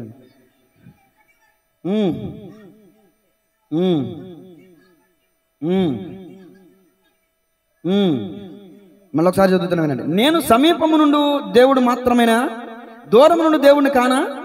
యెహోవా సెలవిచ్చిన మాట ఏదనగా, నాకు కనబడుకున్న రహస్య స్థలములలో దాగగలవాడెవడైనా కలడా? నేను భూమి ఆకాశములందరితో ఉన్నవాడును కానా? ఇదే యెహోవా వాక్కు. నతానీయులు అడుగుతున్న ప్రశ్నకి సమాధానం ఈ వాక్యం. అవునంటారు కదంటారండి. నతానీయులు అడుగుతున్నాడు, నన్ను ఎలా నేను ఎలా తెలిసి ఎలా చెప్పగలుగుతున్నా ప్రభు అంటే, భూమి ఆకాశము సృజించిన వాడినయ్యా నేను. నాకు రహస్య స్థలంలో దాగగలిగింది, నా కంటికి మరుగైనది ఏదైనా ఉంటుందా? సముద్రం అంత అగాధం, సముద్రం ఎంత లోతైంది, లోతైన సముద్రంలో ఉన్నదాన్ని కూడా చూడగలడైనా. మనుషు హృదయం కూడా అలాంటిదేనంట, అంత లోతైందంట. మనుషు హృదయాన్ని కూడా ఆయన తేటగా కనపడుతుంట మనుషు హృదయం. ఇప్పుడు మీ అందరినీ నేను ది గ్రేట్ బిలీవర్స్ అంట, మిమ్మల్ని అందరూ పొగుడుతా. కానీ నా హృదయంలో ఏమనుకున్నా మీకు తెలుసా? నా హృదయంలో ఏమనుకున్నాను కూడా దేవుడికి తెలుసు. దేవునికి మహిమ కలుగును గాక. 5వ మాట రాసుకోండి. యేసయ్యను దేవుని కుమారుడని ఒప్పుకున్న నతానీయేలు. 5వ మాట. ప్రతి మాట స్పష్టంగా రాసుకోండి, స్పష్టంగా చెప్తున్నా. యోహాను సువార్త 1:49 చదవండి. ఇప్పుడు నతానీయేలు, బోధకుడా, నీవు దేవుని కుమారుడువు, ఇశ్రాయేలు రాజువు అని ఆయనకు ఉత్తరం ఇచ్చెను. ఇప్పుడు నతానీయేలు యేసు ప్రభుల దగ్గరికి వచ్చిన ఎంత సమయంలో నీవు నిజముగా దేవుని కుమారుడు అని ఒప్పుకున్నాడు? ఎంత సమయం పట్టుకుంటుంది ఈ డిస్కషన్కి? నేనైతే గంట సాగది చెప్పాను, కానీ ఒక 2-3 నిమిషాల్లో జరిగిపోయింది ఇదంతా. నతానీయేలు రావటం, యేసయ్యేమో నువ్వు కపటం లేనుడివి, ఇశ్రాయేలుడు అంటాం, నేను ఎలాగునా నీకు తెలుసా అని ఆయన అడుగుతాం. ఇతనేమో నువ్వు అంజూరపు చెట్టు కింద ఉన్నప్పుడే నేను నిన్ను. ఈ ఒక్క మాటకి వెలిగింపు వచ్చింది, ఈ ఒక్క మాటకి కళ్ళు తెరవబడ్డాయి, ఈ ఒక్క మాటకి యేసే దేవుని కుమారుడు అని అతనికి విశదపరచబడింది. కానీ నతానీయేలుని తీసుకొచ్చిన ఫిలిప్పుకు మాత్రం బోధపడలా. అర్థమైందండి? అర్థమైందా? ఇప్పుడు BOUI PD సుందర్రావు గారి వల్ల ఎంతో మంది ప్రభువుని తెలుసుకున్నారు. కానీ ఈ రోజున ఆ మినిస్ట్రీకి ప్రభు అంటే ఏంటో తెలియట్లా. అర్థమైందా? ఫిలిప్పు 3.5 సంవత్సరాలు ప్రభు వెనకాల తిరిగి, ప్రభువా మాకు తండ్రిని చూపించవా అని అడిగాడే లేదా? గ్రహింపు లేదు ఫిలిప్పుకి. కానీ ఫిలిప్పు ద్వారా నతానీయులు వచ్చాడు. కానీ నతానీయులు వితిన్ సెకండ్స్లో, కొన్ని నిమిషాల్లోనే యేసు ప్రభులు వారు చెప్పిన సమాధానానికి నిజముగాను దేవుని కుమారుడును ఒప్పుకున్నాడు. గట్టిగా చప్పర్లు కొడుతుందని మనం మహింపరుద్దాం. ఒప్పుకోవాలండి ఈరోజు మనం. ఆయన దేవుని కుమారుడు. దేవుని కుమారుడు అంటే సన్ ఆఫ్ గాడ్. దేవుని కుమారుడు అంటే దేవుడే అని అర్థం. దేవుని స్తోత్రం చెప్పండి గట్టిగా. ఇప్పుడు మీలో ఉన్న డౌట్లన్నీ క్లారిటీ చేస్తాను చూడండి. మన ముస్లిం సహోదరులు కూడా, షఫీ అండ్ రెహమాన్ వీళ్ళంటారు చూసారా, వాళ్ళు కూడా ప్రకటించే మాటలు ఏంటంటే, యేసు దేవుడని తను తాను ఎక్కడన్నా చెప్పుకున్నాడా, మీరు నాకు ఒక రెఫరెన్స్ చూపించండి అని సవాల్ చేస్తూ ఉన్నారు. యేసు తాను దేవుడని ఎక్కడన్నా చెప్పుకున్నాడా చెలే? చెప్పుకున్నాడా? చూడండి, యోహాను సువార్త 5వ అధ్యాయం 17వ వచనం. యోహాను సువార్త 5వ అధ్యాయం 17వ వచనం. ఏమండి?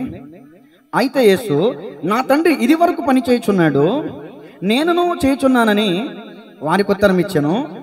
ఆయన విశ్రాంతి దినాచారము మీరుట మాత్రమే గాక, దేవుడు తన సొంత తండ్రి అని చెప్పి తన్ను దేవునితో సమానునిగా చేసుకొనెను గనుక ఇందు నిమిత్తమును యూదులు ఆయనను చంపవలనని మరీ ఎక్కువగా ప్రయత్నం. ఇప్పుడు నేను అడుగుతున్నా, చెప్పండి, యూదులు రాళ్లతో ఎందుకు కొట్టాలనుకున్నారు యేసు ప్రభుని?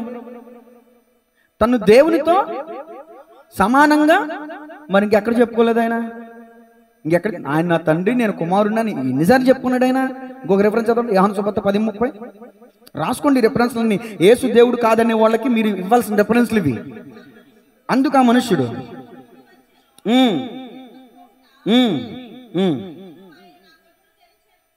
10:30 మనం చదివేది, నేనును తండ్రిను ఏకమై ఉన్నామని వారితో చెప్పాను. యూదులు ఆయనను కొట్టవలనని మరలా రాళ్ళు చదివి మళ్ళీ అంటున్నాడు, నేను తండ్రి ఏకమై ఉన్నాం, నేనే తండ్రి అని అంటుంటే యూదులు కోపం వచ్చేస్తుంది. అసలు యూదులు కోపం ఎందుకు వస్తుంది? యూదులు ఎందుకు రాళ్ళతో కొట్టాలనుకుంటున్నా నాకు చెప్పగలరా? ధర్మశాస్త్రం చెప్తుంది, నేను తప్ప వేరొక దేవుడు నీకు ఇప్పుడు యేసు ప్రభుల వారు తండ్రి నేను ఏకమై ఉన్నాం అంటున్నారు, యేసు తాను దేవుడుగా అన్నాను అంటే దేవదూషణ చేస్తున్నాడంట యేసు ప్రభుల వారు. ఏంటా దేవదూషణ? నేను దేవుణ్ణి, ఆయన దేవుడే, ఆయన మనుష్య కుమారుని ఈ లోకాన్ని దిగి వచ్చారు. వాళ్ళు కనిపెట్టలేకపోతున్నారు, గ్రహించలేకపోతున్నారు. యూదులు, శాస్త్రులు, వేషధారులు వీళ్ళందరూ కపట బోధకులై ఉండి కడుపు నింపుకోవటం కోసమే భక్తి చేస్తున్న దుర్బోధకులై ఉండి నతానీయులు వంటి స్థితిలో లేకపోయారు వీళ్ళందరూ కూడా. తర్వాత 33 వచ్చిన చదవమ్మా, 10:33. అందుకు యూదులు, అద్దుగో నీవు మనుష్యుడు అయ్యుండి, ఇప్పుడు చెప్పండి యేసు దేవుడని ఎక్కడన్నా చెప్పుకున్నాడా అని అడిగే ప్రశ్న వేసిన వాళ్ళకి జవాబు, యేసు తన దేవుడు అని చెప్పుకున్నా లేదా? అందుకనే చదవమ్మా, అదిగో దేవదూషణ చేసినందుకే నిన్ను రాళ్లతో కొట్టుదము గాని మంచి క్రియ చేసినందుకు కాదని ఆయనతో చెప్పి. చాలండి, దేవుని స్తోత్రం చెప్పండి. నేను ముగింపులోకి వస్తున్నాను. ఏమండి, యెషయా గ్రంథం 9:6 ప్రతి డిసెంబర్కి నలగొట్టేత్త వాక్యం చెప్పండి. యెషయా 9:6, ఏలయనగా మనకు శిశువు పుట్టెను, ఆయన భుజముల మీద రాజ్యభారం ఉండెను. అంతేనా? అయిపోయింది. మీరు కూడా ఆశ్చర్యకరుడు, ఆలోచనకర్త, బలవంతుడైన యేసా ఏజ్ రక్తమే చేయం. బలవంతుడైనా ఇప్పుడు ఆ శిశువు ఎవరో? బలవంతుడైన దేవుడు అని చెప్పండి అమ్మా. నాకు బీపీ డౌన్ అయిపోతుంది, ఫ్యాన్ కూడా లేదు నాకు. మీరు ఫ్యాన్ల కింద కూర్చున్నారా? ఈ ఏలయనగా మనకు శిశువు పుట్టెను, ఆయన భుజం మీద రాజ్యభారమును, ఆశ్చర్యకరుడు, ఆలోచనకర్త, నిత్యుడగు తండ్రి, బలవంతుడైనా. ఇప్పుడు ఆ శిశువు ఎవరు చెప్పండి? బలవంతుడైన దేవుడు అని చెప్పండి. ఏలయనగా మనకు శిశువు పుట్టెను, మన భుజం మీద, ఆయన భుజం మీద రాజ్యభారం ఉండెను, ఆలోచనకర్త, ఆశ్చర్యకరుడు, నిత్యుడగు తండ్రి, బలవంతుడైన దేవుడు అని ఆయనకి పేరు. ఇప్పుడు చెప్పండి ఎవరా శిశువు? అమ్మయ్య, ఎవరా శిశువు? యేసు ప్రభుల వరకు మొక్కకూడదా? యేసు ప్రభులకి ఆరాధన చేయకూడదా? ఆ జ్ఞానులు ఇదిగో ఇంటిలోనికి వచ్చి మరియమ్మను వచ్చి యేసు మరియమ్మను చూశారని ఉండదు నాకు తెలియదు, కానీ బాలుడైన యేసయ్య ఎదుట సాగిలపడి మ్రొక్కి, నేను అంటాను జ్ఞానులైతే మృక్కి అంటే వర్షిప్, మృక్కి అంటే ఆరాధించుట. జ్ఞానులు యేసయ్యను ఆరాధించారు, అజ్ఞానులు మనుషులను ఆరాధిస్తారు. ఇంకా నేనేం చెప్పను? నువ్వు జ్ఞానం కలిగిన వాడవైతే, ఆనాడు జ్ఞానులు, తూర్పు దేశపు జ్ఞానులు వచ్చి యేసయ్యను మ్రొక్కారు. కుష్ఠరోగం పోయిన తర్వాత యేసయ్య దగ్గరికి వెళ్ళి ఆయనకు మ్రొక్కాడు, యేసయ్యను ఆరాధించాడు. ఆరాధనకు యోగ్యుడండి ఆయన. దేవుని స్తోత్రం చెప్పండి. టైం అయిపోయింది కాబట్టి ముగించేస్తున్నా. 6వ మాట రాసుకోండి. యేసయ్య ద్వారా వాగ్దానం పొందిన నతానీయేలు. ఇప్పుడు యోహాను సువార్త 1వ అధ్యాయం 50 వచనం, 50 చదివేయండి. 6వ మాట, యేసయ్య ద్వారా వాగ్దానం పొందిన నతానీయేలు. ఆఖరి మాటలన్నీ అడుగుతా. అందుకు యేసు, ఆ అంజూరపు చెట్టు క్రింద నిన్ను చూచితినని నేను చెప్పినందువలన నీవు నమ్ముచున్నావా? వీటికంటే గొప్ప కార్యములు చూతువని అతనితో, ఎవరితో? నతానీయేలుతో చెప్పాను. కానా అనే ఊళ్ళో ఏం జరిగిందంట? వివాహం. ఆ వివాహానికి ఎవరు పిలువబడ్డారంట? బైబిల్ పండితులు చెప్తున్నారు, బైబిల్లో వాక్యాధారం లేదు, కానీ ఆ వివాహము నతానీయేలుదే అని బైబిల్ పండితుల యొక్క అభిప్రాయం. చూడండి, 1వ అధ్యాయం ముగింపు నతానీయేలుతో ఏమన్నాడు ప్రభు? ఇంతకంటే గొప్ప కార్యము నువ్వు చూస్తావు, ఇంతకంటే గొప్ప కార్యం నువ్వు చూస్తావు. అతని పెళ్లిలోనే కార్యం చేశాడు దేవుడు. నతానీయేలు పెళ్లి కిందే ఉంటుంది చూడండి, 2వ అధ్యాయం 3వ వచనం. 3వ దినమున గలిలయలోని కానా అనే ఊరిలో ఏం జరిగిందంట? ఈ వివాహము నతానీయేలుదేనని కొంతమంది బైబిల్ పండితుల అభిప్రాయం. ఒకవేళ తనదే అయితే తనతో యేసు ప్రభు చెప్పాడు, ఇంతకంటే గొప్ప ఘనమైన కార్యము నువ్వు చూస్తావు. నిజమే, నీళ్లు ద్రాక్షారసంగా మార్చబడడం గొప్ప కార్యం కాదండి? గొప్ప కార్యం. నతానీయేలు అద్భుతం చూశాడు. నతానీయేలు దేవుని కుమారుడని విశ్వసించాడు. మనం కూడా నమ్మాలి, విశ్వసించాలి. విశ్వసించాడు కాబట్టి అద్భుతాన్ని చూడగలిగాడు. నీ మాట చొప్పున చేసే ప్రతివానికి అద్భుతాలు చేసినవయ్యా యేసయ్యా, అద్భుతాలు చేసినవయ్యా యేసయ్యా, యేసయ్యా, యేసయ్యా, నా యేసయ్యా. పాడాలి. యేసయ్యా, యేసయ్యా, యేసయ్యా, నా యేసయ్యా, నీ మాట చొప్పున చేసే ప్రతివానికి అద్భుతాలు చేసినవయ్యా యేసయ్యా, అద్భుతాలు చేసినవయ్యా. హల్లెలూయా. చక్కచక్క చెప్పండి. మొదటి మాట ఏంటమ్మా? లేఖనములను పరిశీలించే అతనుకున్న పేరేంటి? సత్యాన్వేషి. రెండో మాట చెప్పండి. ఫిలిప్పును ఏమని ప్రశ్నించాడు? అయిపోయింది.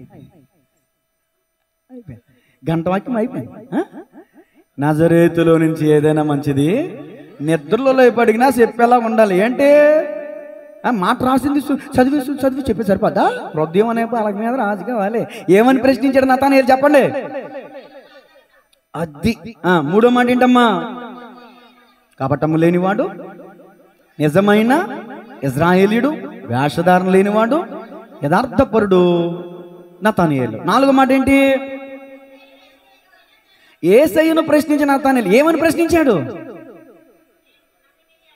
అదే నన్ను నీవు ఎలాగో ఎరుగుదువని. ఇప్పుడు ఐదో మాట చెప్పండి. మరి యేసయ్యను దేవుని కుమారుడని ఒప్పుకున్న నతానయేలు. యేసయ్యని దేవుని కుమారుడని ఒప్పుకున్న నతానయేలు. ఆరో మాట ఏంటమ్మా? యేసయ్య ద్వారా ప్రవచనం అని రాసుకోండి. ప్రవచనం పొందుకున్న నతానయేలు. ప్రవచనం చెప్పాడు అక్కడ యేసయ్య. పక్కన 3వ అధ్యాయంలోనే జరిగిపోయింది ఆ ప్రవచనం. 2వ అధ్యాయం ముగింపులో చెప్పాడు. 3వ అధ్యాయం ప్రారంభంలోనే కానా అనే విందులో అద్భుతం. కానా అనే విందులో పెండ్లి కుమారుడైన నతానయేలు స్వయంగా అద్భుతాన్ని చూడగలిగాడు. చరిత్ర ప్రకారం అతని ముగింపు చెప్తున్నాను, రాసుకోండి.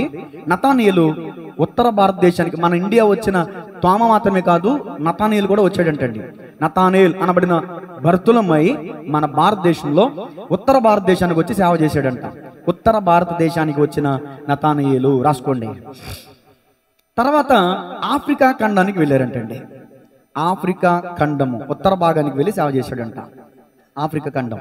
ఆ తర్వాత ఆసియాలో పరిచర్య చేశాడంటండి. ఆసియాలో చివరికి క్రీస్తు శకం 61వ సంవత్సరంలో అర్మేనియా దేశానికి వెళ్ళాడంట. క్రీస్తు శకం 61వ సంవత్సరంలో అర్మేనియా దేశానికి వెళ్ళాడంట.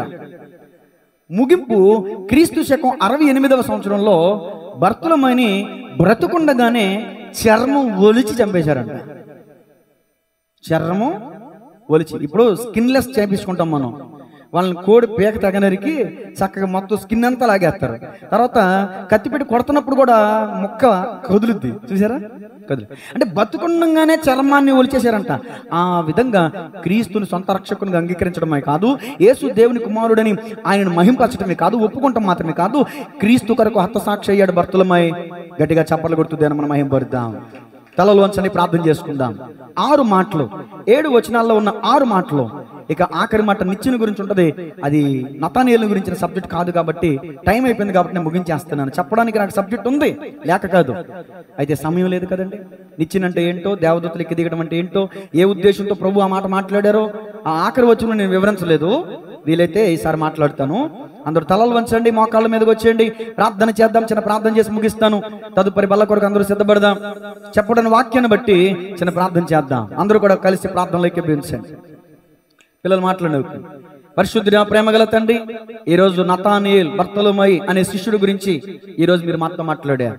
ఏ విధంగా మీ వద్దకు వచ్చాడు, ఏ విధంగా మీ గురించి తెలుసుకున్నాడు, ఏ విధంగా మీరు మాట్లాడిన మాటకు మీరు సొంత రక్షకుడు, నిజంగా దేవుని కుమారుడు, నిజంగా నీవు రాజు అయ్యని ఏ విధంగా చెప్పగలిగాడు, ఏ విధంగా నిన్ను వెంబడించాడు, ఏ విధంగా తన జీవితంలో అద్భుతాన్ని చూడగలిగాడు, ఏ విధంగా నీ కృప ద్వారా శక్తిని పొందుకుని 3.5 సంవత్సరాలు అద్భుతమైన పరిచర్య చేశాడో, అలాగే చిట్ట చివరిగా తన దశలో, ముగింపు దశలో ఇదిగో భారతదేశానికి వచ్చాడని, అలాగే తర్వాత ఆఫ్రికా వెళ్ళాడని, తర్వాత ఆసియా వెళ్ళాడని, తదుపరి ముగింపులో అయ్యా తను చేస్తున్నటువంటి పరిచర్యలో చర్మం వలబడి హతసాక్షి అయ్యాడని అనేకమైన సంగతులు మీరు మాకు తెలియజేశారు.